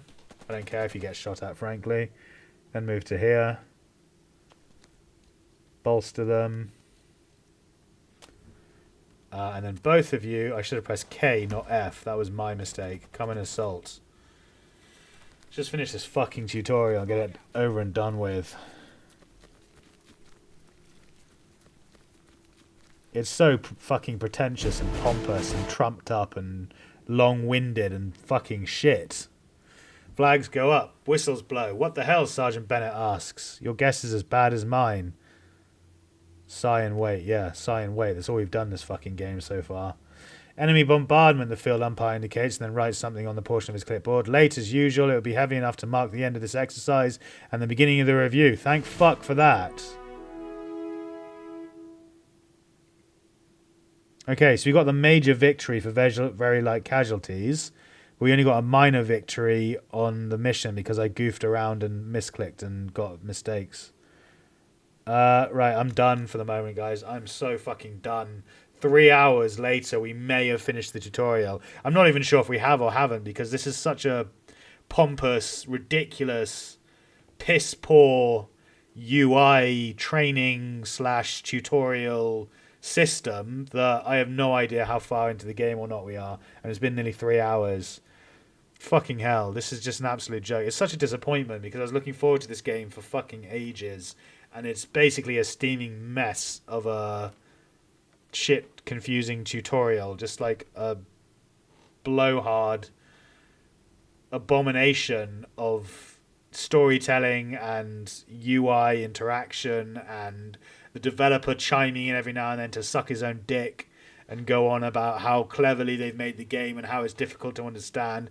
If they'd just done a normal fucking introduction, a normal fucking tutorial, I'd have picked it up in about 5 seconds. But because they've decided to do it like this, it's confusing as hell, it's disorienting, it's weird, it's not immersive, quite the opposite of immersive, whatever that is, and quite frankly, it's a steaming pile of shit. Unfortunately, I've gone beyond the Steam refund time limit, so I guess we'll give it another episode just to see what the actual campaign is like and whether or not it's any good now that we've got through the tutorial. But I'm willing to bet everything I own that the reviews for this game are going to be mostly negative within the next couple of days. But guys, thanks so much for hanging out. Thank you for your patience and putting up with this terrible shit. I didn't realize it would be as bad as it is when I first picked it up. I thought this was going to be a really cool game with a really immersive storytelling mechanic and loads of really cool tactical decision-making difficulties in World War II. Instead, we've ended up with a pompous, trumped-up, steaming pile of dog shit, and I'm really frustrated and disappointed by that. But yeah, hopefully the campaign will be better now that we finished the tutorial. Stay tuned and check out the next episode to see if it is, and if not, we'll just dump it and never touch it again. Thanks so much for hanging out, guys. Good review. Thanks, Genghis Den. I appreciate it, mate. I'm working tomorrow, but I'll be back in the evening. Unfortunately, Kev is busy, so we won't be doing Gloomhaven, but I'll probably give this another go, or we'll just do a Those Who Rule stream to get the next cycle of game underway. But yeah, hopefully I'll see you tomorrow evening, guys, for that stream, and if not, I'll try and catch you in some other content I produce. I try and make content every single day now, so I'll wait till next time.